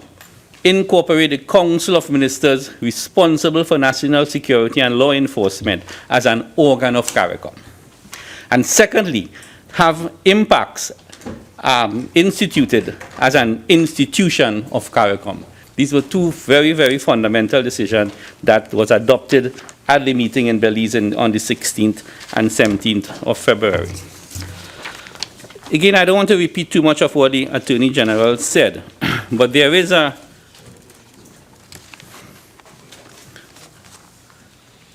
historical antecedent to this whole piece of legislation. I just want to walk you through it very, very briefly. At the CARICOM heads in July of 2001, which is 15 years ago, a regional task force on crime and security was implemented. And the fundamental tenets of this was to analyze the fundamental causes of crime and security in the region. In October of 2001, the role of the task force was expanded to include overall threats to national security. And these included, and I quote here from a document, Madam President, crime and violence, regional cooperation to interdict the illegal trafficking of drugs and firearms, the impact of deportees on crime and security in the region, a significant aspect of our crime and security agenda that all of a sudden nobody seems to be speaking out again, but is still alive and very active in the region. Counter-terrorist plans, information and intelligence sharing, and the legal framework required to facilitate collaboration and cooperation among security forces within the region. And then came the famous meeting in July of 2005, where the Conference of Heads of Government of CARICOM agreed to establish the framework for the management of crime and security in the region that included, inter alia, an implementing agency for crime and security called IMPACS. This went ahead to form an intergovernment agreement establishing the CARICOM Implementation Agency for Crime and Security, IMPACS, and on July 6, 2006, at the 27th regular meeting held in St. Kitts, Nevis on the 3rd of July, it was adopted by CARICOM heads, including the government of Trinidad and Tobago. Then this went on to form something called the intergovernment agreement established CARICOM IMPACS required the contracting parties, and then there was a headquarters agreement, and now this order here to provide diplomatic immunity for the agency and its staff. Just to recap, the structure is that IMPACS report to a council of security and law enforcement ministers of CARICOM, who in turn reports to the CARICOM heads. So that's the hierarchy. And within IMPACS, as what's circulated in the cabinet brief, and again, I want to join Senator Mark and Senator Roach in complimenting the Parliament for producing a very, very succinct and well-researched document here. And there are 5 subcommittees of IMPACS: the Standing Committee of Commissioners of Police, the Standing Committee of Military Heads, the Standing Committee of Chiefs of Immigration, the Standing Committee of Heads of Custom, and the Standing Committee of Heads of Intelligence and Financial Investigative Units. But, Madam President, I want to deal with the issue very briefly on transnational crime. And I want to quote from and support what Senator Mark said. This is a document called Crime, Violence and Development: Trends, Cost and Policy Options in the Caribbean. It's a UN document coming out of the United Nations Office on Drug and Crime, and in Latin America and the Caribbean region of the World Bank. And on page 9, it states as follows: a major factor contributing to the surge of gun-related criminality in the region is the trafficking of narcotics, which has facilitated the availability of firearms. More specifically, the firearms required for protection of contraband during transportation are smuggled in along with the drugs. Senator Mark expounded on this quite well. And basically, this is at the core of the crime situation in Trinidad and in the Caribbean. Though there was a famous meeting held in, I think it's the Dominican Republic, where the Assistant Secretary of State for International Narcotics and Law Enforcement of the United States, one William Brownsfield, made some very pertinent remarks. He even mentioned the Dinasita Hal murder in that speech. But he says, Madam President, the Caribbean, in a sense, is a victim of its own geography. Let me repeat that. The Caribbean, in a sense, is a victim of its own geography. We didn't ask to be in this geographic space, but we are now strategically located, and I say that in inverted commas, between the market and the producers. And he goes on to say, the United States government calculates that the amount of cocaine that entered the United States through the Caribbean has increased in 3 years from 5% to 16%. 16% of the US market. This is a fairly large sum. Huh? Okay? And he also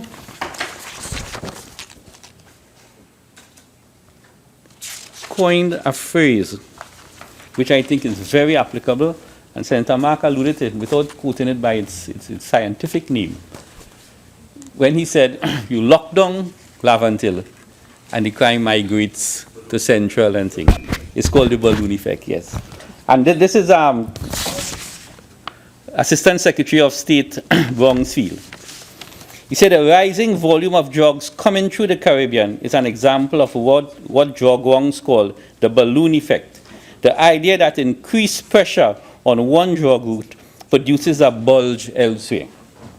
Until recently, he went on to say the favored route was through Honduras via airplanes. And now because they've clamped down on that, it has to go. It's like water finds its own course, you know. Okay? And it is in that context we have to, this sore topic always comes up in this parliament, and you know, there's a blame game, and sometimes the opposition get vexed for what we say and vice versa. But the decision to cancel the OPVs was such a fundamental blunder in terms of crime prevention and drug interdiction that it has to pop up its head ever so often at this debate. It will be remiss of me not to mention it, because the balloon effect is that is why we had the long-range offshore patrol vessel, because if we had gone with and we still are with the UNC plan, that you only protect our borders, and you close and you make our borders less porous, what will happen is poor Grenada, St. Vincent, St. Lucia will pay the cake, you know. And that was the rationale, apart from protecting our oil field assets off the East Coast and through the exclusive economic zone, which is 200 miles off the continental shelf. That was the rationale and the raison d'etre for the long-range offshore patrol vessel that could stay 3 months out at sea. Okay, so it's not an easy exercise to say who did what and who did what. Prime Minister Manning had always said that there should be 3 matters. And he wanted, and I think there's no joint select committees on that, that should be apolitical. National security, policy, energy, and foreign affairs. And I see the Parliament is gravitating to that model. Right. Because there's now a joint select committee on energy, there's now a joint select committee on foreign affairs, and there's a joint select committee on national security. I compliment the Parliament for that. Because forget the politics, you know, these are the 3 most fundamental aspects of this country. If you cannot protect your citizens, you haven't started to govern. National security. Energy, the lifeblood of the economy. Okay? And for heaven's sake, in terms of foreign policy, you do not embarrass the country as a government and blame an opposition or an opposition blaming a government. We have to have, when we face the foreign theater, we have to come as a united front. And that basically is the principle, and we support the Parliament in that regard. And on these joint select committees, you will see, Madam President, that even though there was some trepidation and a little opposition to certain cabinet ministers chairing some of those committees, in terms of the questioning to the state agency, the government, and I pledge on the committees that I sit on, and my colleagues, we are the most aggressive questioners to the state agency. Senator Sullivan could shake his head. We give them thunder on land and infrastructure, in energy. Minister Imbert and myself is taking the lead on that. Okay, so once we get the governance right, we will go a long way in getting the implementation process in making Trinidad and Tobago a better society. So I'm glad to hear the signals that I'm hearing from the opposition and the independents with regards the support for this piece of legislation. I mean, it's simple legislation, just providing the immunities to the agency, but obviously, because you're providing the immunities for the agency, obviously the core function of the agency will come to the fore. The other aspect that is plaguing the Caribbean is criminal deportees. And it was on the radar a couple of years ago.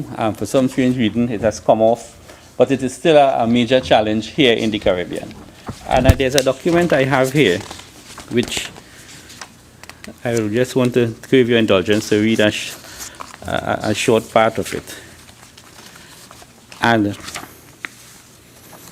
it speaks about one specific incident in Grenada. And I quote, Madam President. It's from the Associated Press, dated September 25th, 2010. It's quite a while back. But it says the crime was horrific. The crime was horrifying enough. A nightclub owner, hacked to death with a machete, was found buried in pieces.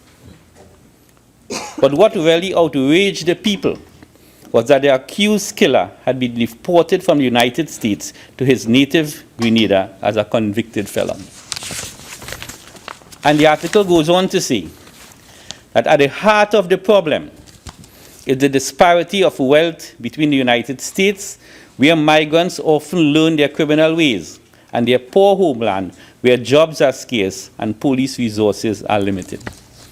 So here you have, and the story has been told many times over, people leave the Caribbean as children, sometimes 3 years, 4 years, 5 years old, as toddlers moving up with their parents. Learn their criminality, so to speak, in the United States. But they are an immigrant. So they get a jail term for 10 years for drug trafficking, attempted murder, shooting with intent. And the American passed this legislation that once you come out of prison, you are deported immediately. Most of them don't have a place to stay. They have no more family. or no relatives in their island state. And they come in here. I mean, there's Vision and Mission has been taking up some of them. Trinidad has some NGOs that working with them. But a lot of these small islands, okay, do not have the capacity to do what we do. And when Trinidad helps the CARICOM nations, especially the OECS, it is because, apart from the love for our Caribbean brothers and sisters, it is strategically to our advantage also, you know. When the Minister of Trade talks about the CARICOM market, if the CARICOM economies do not do well, we don't do well. Our manufacturing sector falls. Check what the little incident that is happening in Jamaica now, where the Jamaicans, because of the immigration issue that was raised, is taking that as a trade war. The Prime Minister, luckily, has come back from Cuba and indicated that he will visit Jamaica because the CARICOM market is fundamental to us. And again, today I want to go to the UNC PNM rhetoric, but that is why your former Prime Minister, when she said Trinidad and Tobago is not an ATM machine, was a fundamental diplomatic and trade error. Fundamental. You don't say these things in the international stage flippantly. And that is, so when we criticize, we don't criticize because we don't like X or we don't like Y, but we understand on matters, as I said, national security, national security and energy. You have to come to a consensus and you have to seek the national interest of Trinidad and Tobago. I hope I don't have the opportunity to say anything more on that, but it was an ill-advised statement. And thirdly, Madam President, the issue of money laundering. The Attorney General was very articulate. He is the president or the chairman of CFATF, and that's an agency that looks at all these issues of money laundering and the financing of terrorism and what have you. And again, if you do not have institutional structures to protect yourself, you are a small island state. You are a victim of your own geography. I think that is such a classic statement. To be that captures the essence of the challenges the Caribbean face. What we have to say now is reverse that geographic position and position ourselves as the gateway to Latin America, with trade, with expanding our port, with being a transshipment point to service Latin America out of post-Panama issues. And we now have a committee which I'm privileged to chair that will be dealing with the maritime sector in conjunction with the Minister of Trade and Industry. So we are on the right track. Our geography is hurting us in terms of the transshipment of drugs, but our geography is also our strategic advantage, where we are placed at the doorsteps of one of the largest markets in the world outside of Southeast Asia. But having said that, this is a Daily Express article, June 14, 2016. 7 Caribbean countries on USA major money laundering list. Antigua and Barbuda, Bahamas, Belize, the BVI, Cayman Islands, Dominican Republic, and Haiti have all made the list.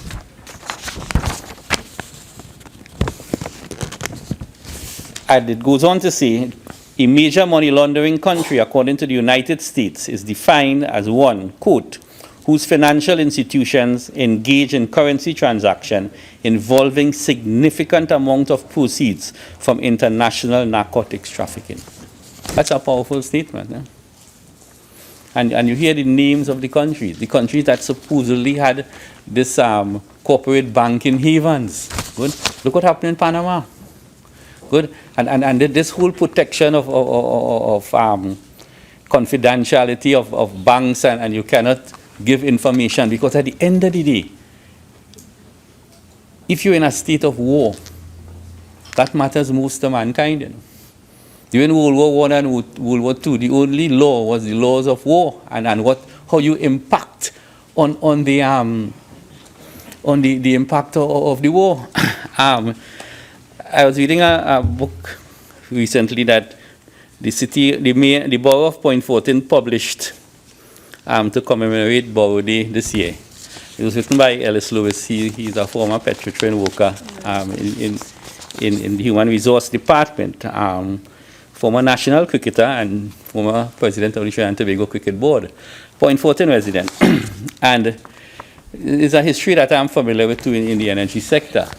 But when World War II was going on, and the Trinidad and Tobago, the British Merchant Marine, had just converted its fleet from coal to petroleum. And all the petroleum of the British Empire was coming right here from Faizabad, Senator Chris, and Point Fortin, and Palaseco, and Parry Lands. Okay? And there was a case with a driller and something they forced a strike or a shutdown or something like that. And the magistrate ruled that the action was inimical to the war effort. That was the charge, you know. It wasn't inimical to any local legislation and local laws. It was inimical to the war effort, because under no circumstance should you stop the transportation of crude oil back to the mother country to service the merchant marine fleet and to service the war efforts. So the world is now fighting an international battle of counter-terrorism, anti-terrorism, money laundering, and the financing of terrorism. So this will obviously take precedent eventually over all the bank havens. Because if terrorism is funded from these secretive institutions, obviously you'll have to expose them. Some may be doing legitimate business, you know, but they must fall now under a jurisdiction of oversight and international legislation in putting forward a solution to this. I say all these things, Madam President, to say that even though IMPACS may have its limitation, it may have human resource limitation, it may have capacity limitation, because to run all these intelligence agencies, one of the most fundamental things you need is software. Because you have to learn to mine data. You have to have a data capture scenario where you can get all these databases put together and start to look for trends. But even with all its limitation, it is the proper institutional arrangement for CARICOM to deal with crime of this nature. Okay? So while Senator Mark, and I hope the Honorable Attorney General could answer your question as to what the 25% means in terms of actual money, what happened with the forensic audit that was commissioned by CARICOM some couple of years ago, and you know, a status report on what is IMPACS actually doing, and to quote Senator Roach, what impact did IMPACS have on crime and security in the Caribbean? All these are legitimate questions. They are useful questions, and I hope the Attorney General could put some context into it. I wouldn't delve too much in the exact immunities. The immunities are listed quite clearly in the order here. So to say you're absolved from tax. Senator Mark said that, the Attorney General said that earlier. So I wouldn't go through the list, but I just want to, I've put the crime scenario of the Caribbean in context, because we are not alone on this ship. Okay? And as bad as we are going as a country financially, you know, we have our challenges. Understand we still are significantly better resourced than most of our neighbors. So we have to lend a helping hand in some form or fashion. Okay, and our support for IMPACS, our support for CARICOM in its effort. CARICOM themselves, sometimes it doesn't honor their part of the deal, but it's a territory that we'll have to continue to navigate. Okay, we cannot give up on CARICOM. We have to support the CARICOM agencies and the CARICOM effect. So in that context, Madam President, I support this motion, this order, and I urge the opposition and the independents to so do likewise. With that, those few words, Madam President, I thank you very much. Senator Ameen. Thank you very much, Madam President. I want to thank you for this opportunity to join the debate on this motion entitled that the privileges and immunities CARICOM Implementation Agency for Crime and Security IMPACS Order 2016. Madam President, it is well established by the speakers before me that this regional body is intended to be a sort of a nerve center for multilateral crime and security management, a structure that is designed to administer a collective response to crime and security priorities of our member states. Madam President, it is very clear that as technology evolves, the world is becoming a smaller and smaller place. But many of the challenges remain the same, even though how they come into being may have changed. Madam President, for the purpose of this debate, I want to take the opportunity to focus a bit on the crimes purported against and the security surrounding girls and women in the region. Madam President, there is no doubt that the number of violent crimes, particularly murder, is at an unacceptable level in Trinidad and Tobago. The ability of the government to treat with this situation internally, clearly, is meeting some challenges. And even though I know the Minister of National Security was here earlier, and he would have answered some questions on terrorist financing in Trinidad and Tobago, the fact is that as an opposition and as a population, we are still yet to see a direction, a strategic approach to crime fighting from this government.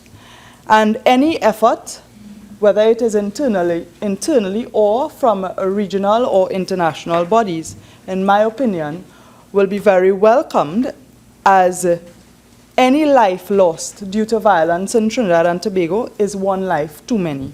And this government has not shown that it has that firm control over crime and national security and crime fighting in general. It is true that based on our location, drugs, trafficking in guns and ammunition, as well as organized crime, does pose a particular challenge to Trinidad and Tobago. Madam President, we are in a very real situation where, because of the challenge to get food by citizens in our neighboring Venezuela, there is a trade, an illegal trade, existing where guns, ammunition, and drugs may be traded for food. And that, of course, has an impact on crime and violence in our country, and particularly against those who themselves are facing challenges here when it comes to employment opportunities, education, and other opportunities. And so, in the face of our own economic challenges here, it is important for us to note that if our population, our own population, is deprived of opportunities, then the opportunities presented illegally, based on the current situation with our neighbor, will have severe negative impacts on us. And I believe, Madam President, that we are already seeing the effects of some of that based on the current rate of murders in this country and violence in general, and gang activity as well as drug-related offenses. And it is true that the very stability of our society could be under threat, and that is not a situation that will affect our country alone. Of course, it does affect the region. And Madam President,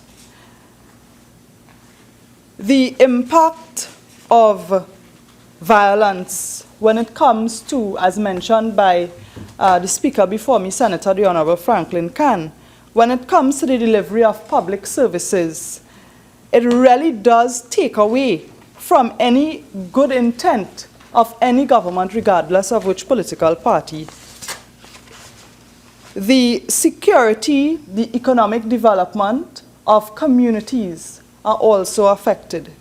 Madam President, I have spent all of my adult life working in communities, and I can tell you that while many would speak about the very important impact internationally and regionally, I also want to introduce for thought by my colleagues the impact of crime and our porous borders, the impact it has on communities.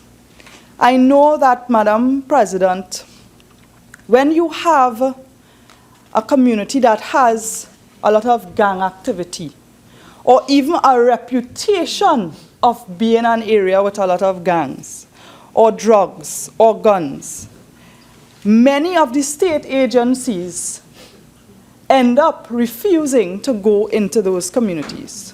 Madam President, just recently, I had cause to keep an unofficial meeting with some of my neighbors, because I live in one of those communities that are considered at risk. And the purpose of the meeting was to establish a working relationship with the insect vector control unit of the Ministry of Health, who had refused to come back into the community without police because they had been victims of armed robbery in the community. They had been working in the area when murders, and in some cases multiple murders, were committed by guns, and they were literally fearful for their lives. This is one example, but many other services such as basic sanitation, garbage collection, things we may take for granted, could also be prevented when you have violence in communities. And the economic impact on those communities, of course, one could imagine that small businesses, even parlors, trucks, would not even go to those parlors to take goods to them because they're just afraid of going into the community. And so we must be mindful of the impact this would have on families in that community, small businesses, the opportunities, the possibilities for women and girls and young people in general. And Madam President, internationally, over the past 30 years or so, international organizations have recognized that violence against women it's now considered a public health problem, to the extent where it was also listed as a violation of human rights and a barrier to economic development. And in 1993, the United Nations General Assembly formally recognized a woman's right to live free of violence in the Declaration on the Elimination of Violence Against Women. And while, if you take an academic approach, to be able to define and measure violence in studies and research can be a bit difficult, even to compare country to country, because the way of measuring violence and defining violence is different from region to region. In this region, we do have high incidence of domestic violence, and we do have a human trafficking issue that goes along with the drug trade and goes along with the arms and ammunition trade that we should be mindful of when it comes to our regional implementation of security policies and strategies. And while in other regions, their issues with violence against women may be different in that, for instance, female genitalia mutilation, gang rapes, religious slavery, for want of a better term, those issues may not be as prevalent here. And I say as prevalent because I want to leave the exception to gang rape and rapes in general. And in our society, it is said that we have a culture of violence. And so how we treat with that cultural violence when it comes to the number of domestic violence cases, the number of violent crimes, the number of murders, as it relates to our relationship with other countries in this region, and how we allow people in general, but people who commit crimes, to travel between one place and the other. And when we look at the number of persons migrating, the speaker before me also mentioned people who go to the US and commit crimes, and their government's approach to illegal immigrants committing crimes. Because we are in a Caribbean, in our region, there are many people who migrate, get better opportunities, who may not have legalized status, but they are well-meaning citizens. And I say citizens, meaning citizens of the Caribbean. But there are also people who come here for mischievous reasons. And with the migration of thousands of persons, irregularity of that migration, you also open up room for exploitation. People who migrate illegally, they really enter a very shadowy world. And sometimes the route of the migration route is very similar to the route of the drug trade and the guns trade. Some of those migrants may be involved as drug mules. And when they do come to your country, as Senator Wademark before me indicated, you may not be able to tell whether they are here for their own survival, whether they are honestly trying to earn a dollar and take back to their family, or if they are here as part of a drug trade and they themselves may be being exploited and may need help. When you become an illegal, when you go into that whole migration world, you put your hands, and I'm the migrant, put their lives in the hands of strangers who may be the very people responsible for the drug trade, and they pay dearly for their decision. And very often, in the case of women and girls in particular, the welfare of their family is really at the forefront of their mind. And while it is very prevalent, or we know a lot of situations where women become drug mules or exploited in the drug trade between the Caribbean and the United States, or the Caribbean and the UK, we must also be mindful that even within our CARICOM countries, the exploitation does exist. So women are particularly vulnerable, and I just want to share that out of that same report that was quoted earlier, the United Nations Office on Drugs and Crime, when they look at the organized crime in Central America and the Caribbean, it indicated that 20% of the migrant pool in Central America and the Caribbean experience sexual exploitation as a result of the drug trade and the organized crime.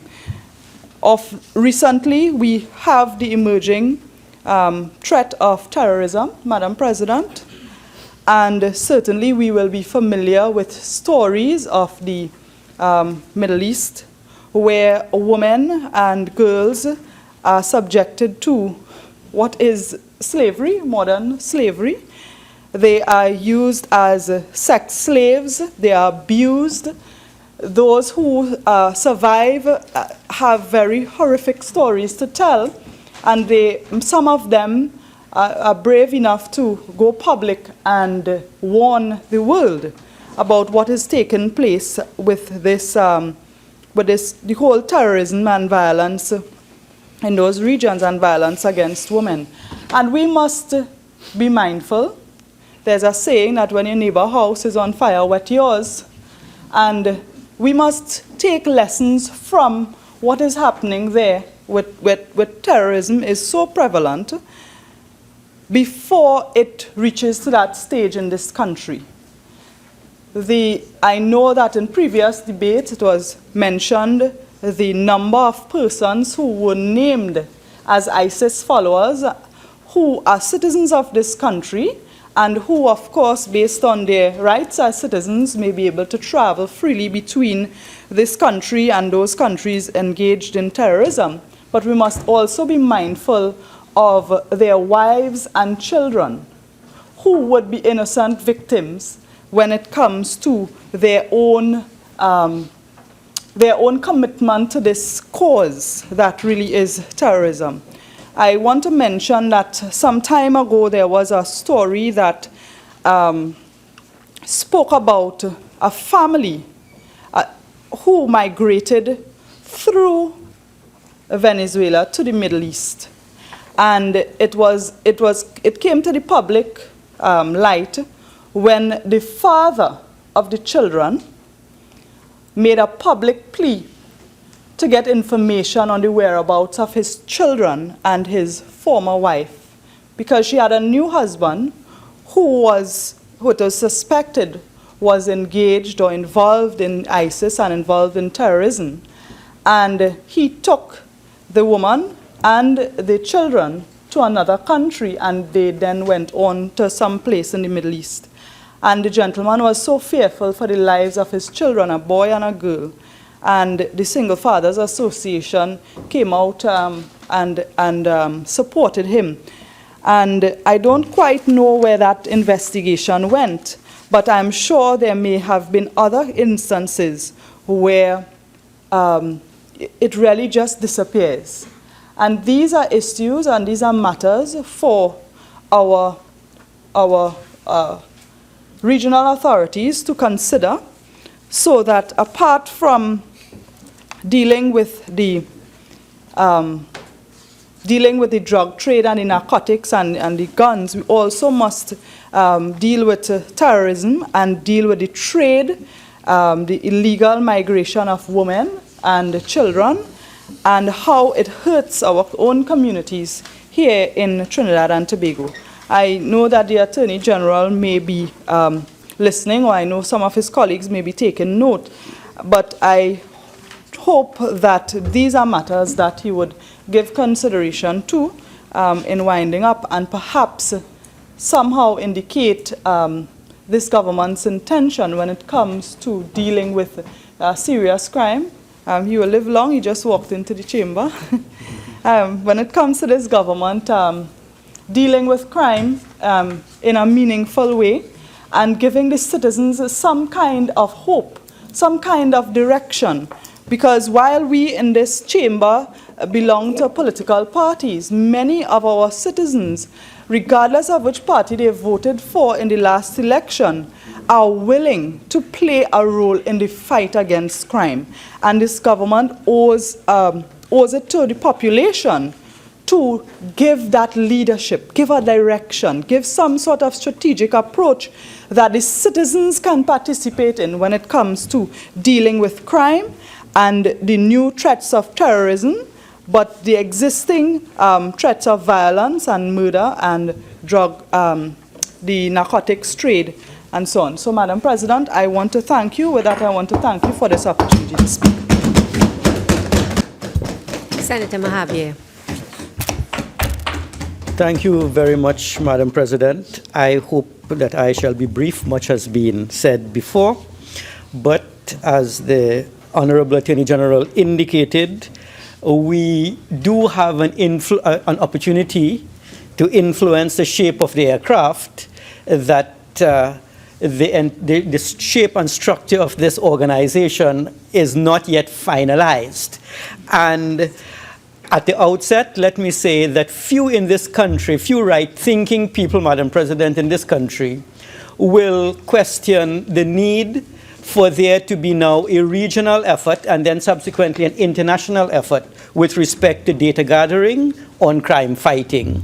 So that it is an important agency, and it is one that, of course, we should support. But it is really an agency of national security. It is true, it straddles our external relations and our Ministry of Foreign Affairs.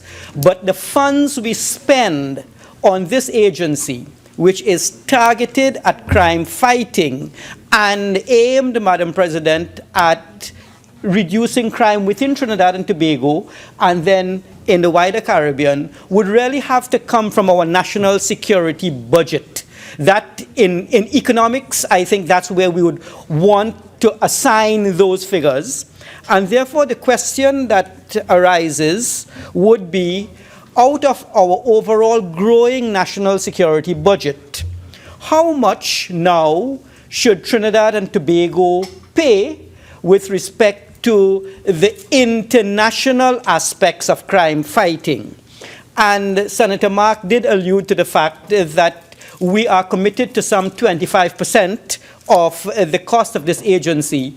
But it is very important, I think, for the Honorable Attorney General, in winding up, to let us know, given that the agency is not yet finalized, we do not have an organizational structure.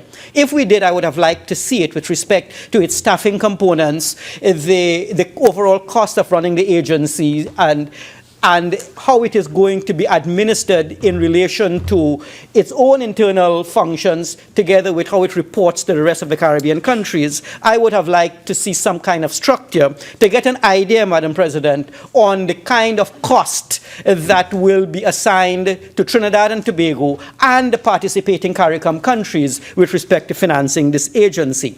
So we do need to know what the cost implications for Trinidad and Tobago are. And then we need to be cognizant of a phenomenon which has not yet been mentioned in the debate, but which is a reality. And that is, there are institutions in the Caribbean with which I am familiar, which are supposed to be funded by CARICOM governments, and sometimes they tend to be delinquent with respect to paying their dues and fees. And they may seek to have a waiver because of economic difficulties that they are experiencing. And in that situation, is Trinidad and Tobago prepared then on an annual basis to amend the costs, which of course were not covered by these countries, so that the agency can continue to run? So we do need to look at the obligations in a wider sense when we have, of course, the 25% commitment as indicated prior, and also the possibility that CARICOM countries, for whatever reason, may not be able to support the agency on a timely basis. So that question of cost, I think, is important. And also, Madam President, the issue which arose before in the debate is one of accountability. Accountability is critical. In our own jurisdiction, where we, of course, allocate funds on an annual basis through our appropriations bill to agencies of government and arms of the state, every single arm is open to scrutiny. The judiciary, the parliament, all arms of the executive are examined by the Public Accounts Committee, and then those which do not fall under the Public Accounts Committee will then be scrutinized by the Joint Select Committees of the Parliament, in particular state agencies which may not fall within the ambit of the Auditor General's office. It is therefore important for us to get some clarification from the Honorable Attorney General on the structures for accountability and to ensure that the funds so allocated are used for the purposes and, of course, are not abused. We do need to get that, although we understand the agreement, we understand the immunities that we are providing. This is not a typical embassy or an agency like that. This is one for which Trinidad and Tobago has a significant financial commitment. It is a financial commitment paid for to a large extent by the taxpayers of Trinidad and Tobago. And I think, Madam President, in the interest of transparency, we need to be assured in the general population that while we want the agency to function, while we want it to be fully staffed, while we want it to be efficient, we do want the agency, like other agencies, to have a proper mechanism for accountability so that we could be sure as legislators that we have put into place the necessary safeguards for the proper use of public funds. Madam President, one of the clauses in the order concerns me a bit, and I am sure the Honorable Attorney General will address it. And that is Clause 9, which says that IMPACS shall have the right to hold funds or currency of any kind and operate accounts in any currency, and B, transfer funds in national or foreign currency to, from, and within Trinidad and Tobago, and to convert such assets freely into other currencies without being restricted by financial controls, regulations, or moratoria of any kind. This is a significant freedom that the agency has that agencies within Trinidad and Tobago do not have. And under 9.2, I see in exercising its rights under subclause 1, IMPACS shall pay due regard to any representations made by the government. I need to be assured by the Attorney General that given the foreign exchange problems that the citizens of Trinidad and Tobago have been experiencing over the last 6 months or so, that given also the need for the agency to operate within a foreign currency environment, that the government of Trinidad and Tobago, Madam President, will, when it makes representations under 9.2 in exercising its rights under subclause 1, IMPACS shall pay due regard to any representation made by the government. That it's not as if the agency will say, well, okay, we have regard for and concern, but there must be some compliance as well.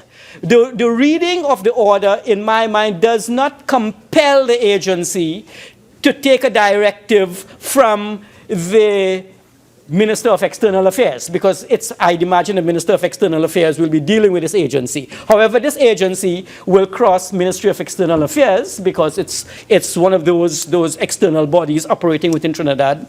It will, of course, have to interact with the Attorney General, but also the Minister of Finance and the central banking arrangement. This much is not clear. The foreign currency of Trinidad and Tobago is now administered largely by the commercial banks. The central banks will add occasionally. And if we say an agency is to be given the authority to hold funds or currency of any kind and operate accounts in any currency, then I would like to know and be given the assurance that this is going to be within reason, and that the claims on the foreign currency holdings of the commercial banks in Trinidad and Tobago, or the reserves of the Central Bank of Trinidad and Tobago, will not, Madam President, in any way injure the interest of the Republic of Trinidad and Tobago to the benefit of this agency. So the nexus between their foreign currency accounts and what currently prevails in Trinidad and Tobago will have to be clarified. As the aircraft is being developed, I want to influence it in a particular way because, Madam President, given the experience I have had with a similar agency, which is the Caribbean Development Bank, another agency similar to what we are establishing here, but with a little bit more international representation. We have foreign governments also having a stake in the Caribbean Development Bank. There, the employees who had the diplomatic immunities that we are speaking about for this IMPACS agency were also given the opportunity, that's way back in the 80s, to hold foreign currency accounts so that a half of your salary was paid in Barbados dollars because it was located in Barbados, but then the employee who was an employee of the Caribbean Development Bank was given the opportunity to hold an account in US dollars, and this was agreed to by the government of Barbados and the Caribbean Development Bank. That's an agency that I had some experience with, having been a country economist there. And I'm simply wondering whether in the current environment, the employees of this agency who are domiciled elsewhere but working in Trinidad and Tobago as a tour of duty will be given the same opportunity. It is not clear.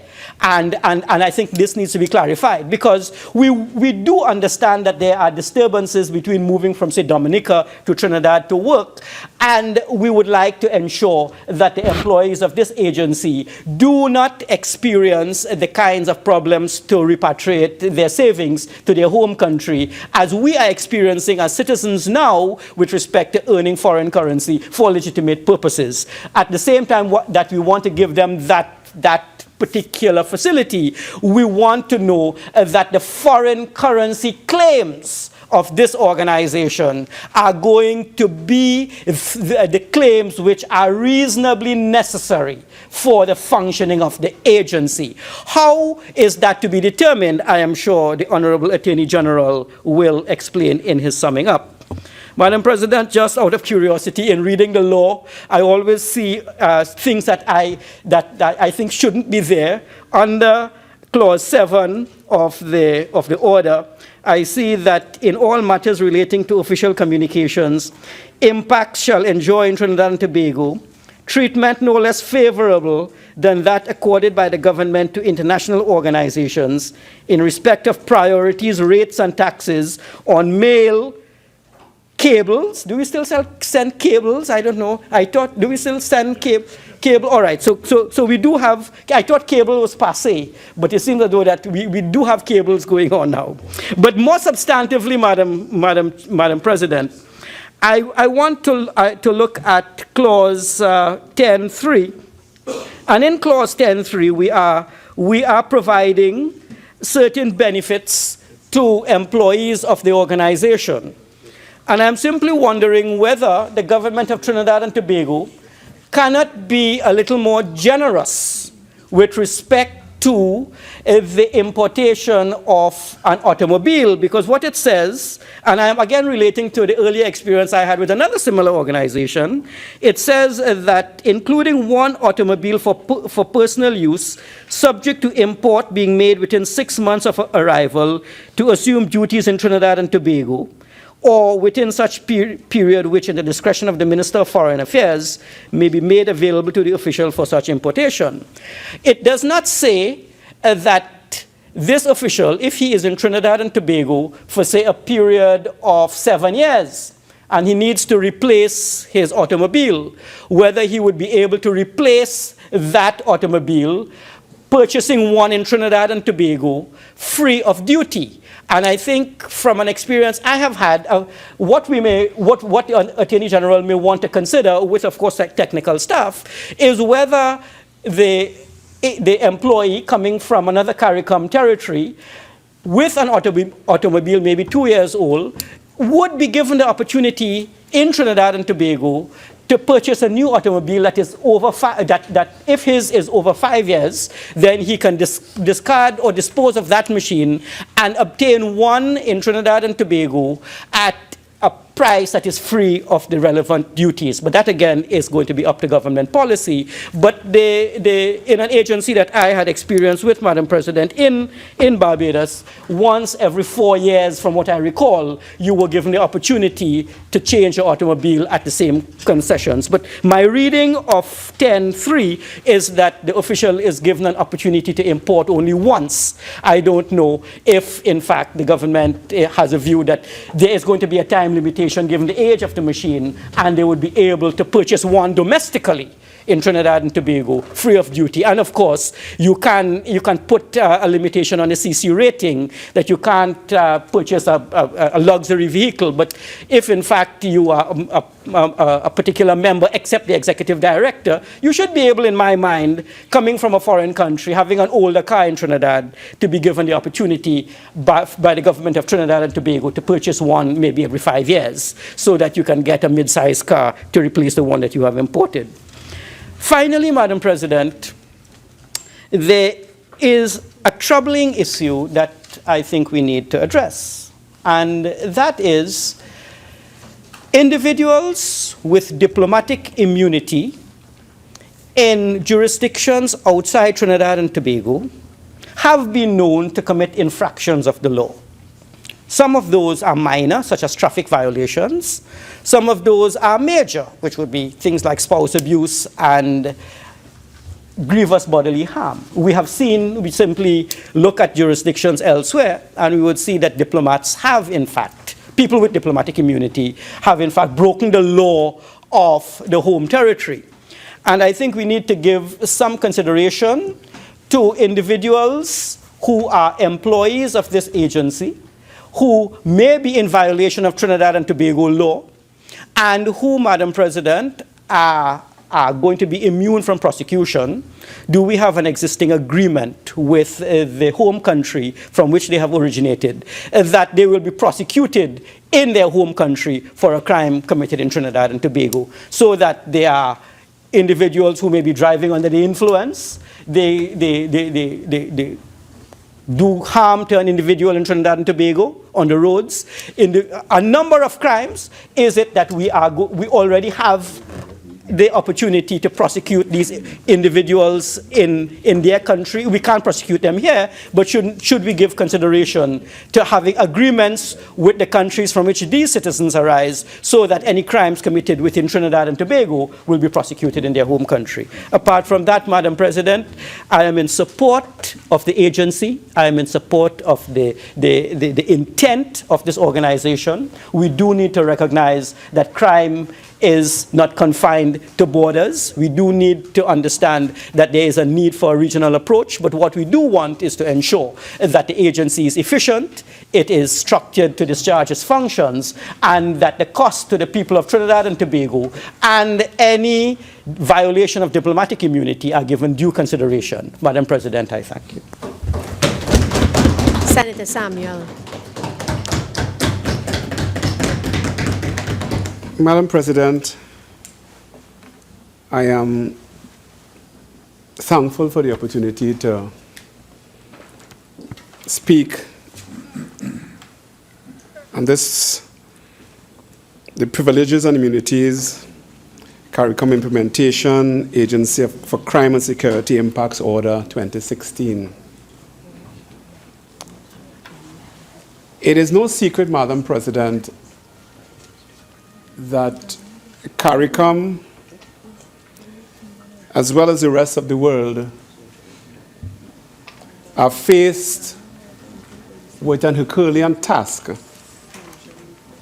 with regards to dealing with crime, drug trafficking, and all of its associated and related situations that the world faces today. The issue of crime and drug trafficking and kidnappings is nothing that is strange to the region, but it is something that has impacted the world significantly. But as Senator and Minister Khan reiterated, our geographic location has been an advantage to us, but when it comes to crime and all the related situations, it is to our own disadvantage. The Caribbean, it is said, is comprised of some 700 islands, but it's just about 40 of these islands are occupied. Leaving the territory open and the region open to any kind of illicit activities that would cause tremendous and reap tremendous havoc on the security systems that attempt to deal with the crime situation and the drug trafficking and all of the other illicit trade that takes place in the region. A trade that has impacted on our societies, not only Trinidad and Tobago, but in the CARICOM region, the Caribbean. A trade that has not only affected human life, but has affected the economics, the socioeconomics of the region. And it's no new or unearthed idea that if we are able to deal as a region and as individual islands with the impact of crime and drug trafficking and all of its associated criminal attachments, then the economics and economy of the region will rise significantly. But, Madam President, it is important for us to understand, and I take note from a conference that was held by CARICOM, where CARICOM leaders pulled together what was called then a faith-based conference to look at poverty and crime and all of its attachments in the region in 2014. And it was Prime Minister Gonzalez as well as Prime Minister Spencer. And I want to quote from them, Madam President. He said that in his address, Spencer said he was recommending the establishment of a regional mechanism operated by FBOs aimed at addressing the issues of the less fortunate in the region, including poverty and crime, etc. The time has come for such an organization. So not just IMPACS, but he was actually saying that there was need for more input from the faith-based organizations to deal with it. He added that the suggestions is based on the fact that the largest social organization besides political movements are interfaith-based organizations, and as such, you have a duty of care and policy formulation. If I were to continue to read, Madam President, he was quite concerned, as he told the conference, that there is what is called a Madison Avenue lifestyle attracting and distorting as well as corrupting impressionable minds in the region. Deep words.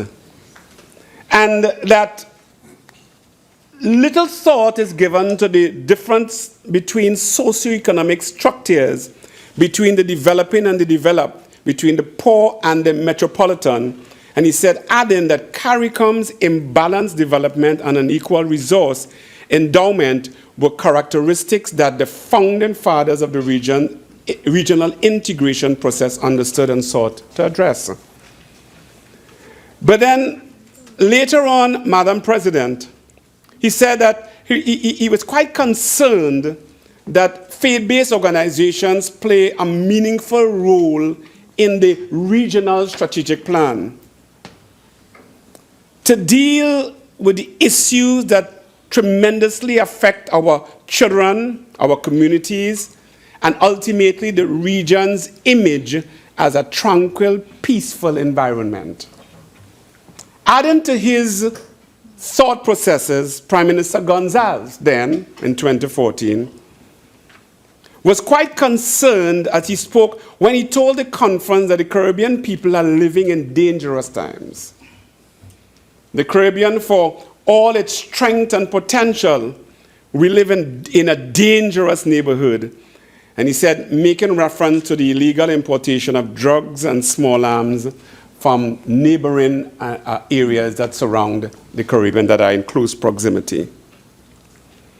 But they thought it was necessary, not just for heads of national security and heads of governments to get together, but because besides political strengths in the region, the faith-based strengths are the next thing, and that they needed to get the views of the faith-based community to deal with the incidences and the upsurge of crime and drug trafficking and violence in the region and in the Caribbean.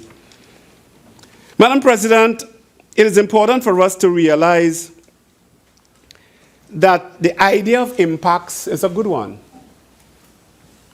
All the questions put forward by those who spoke before, by Senator Mark, with regards to accountability, with regards to the track record of IMPACS, is relevant for us to understand the dynamics of what this organization remitters and what success stories they have. But to the Attorney General, I happened to pull up the Memorandum of Understanding between the United Nations and IMPACS. And Senator Samuel. Yes. Honorable Senators, at this time, I think it is appropriate that we take the tea break. So we will suspend until 5 p.m. Senator Samuel, you've spoken for 9 minutes already. Okay. So this sitting is suspended until 5.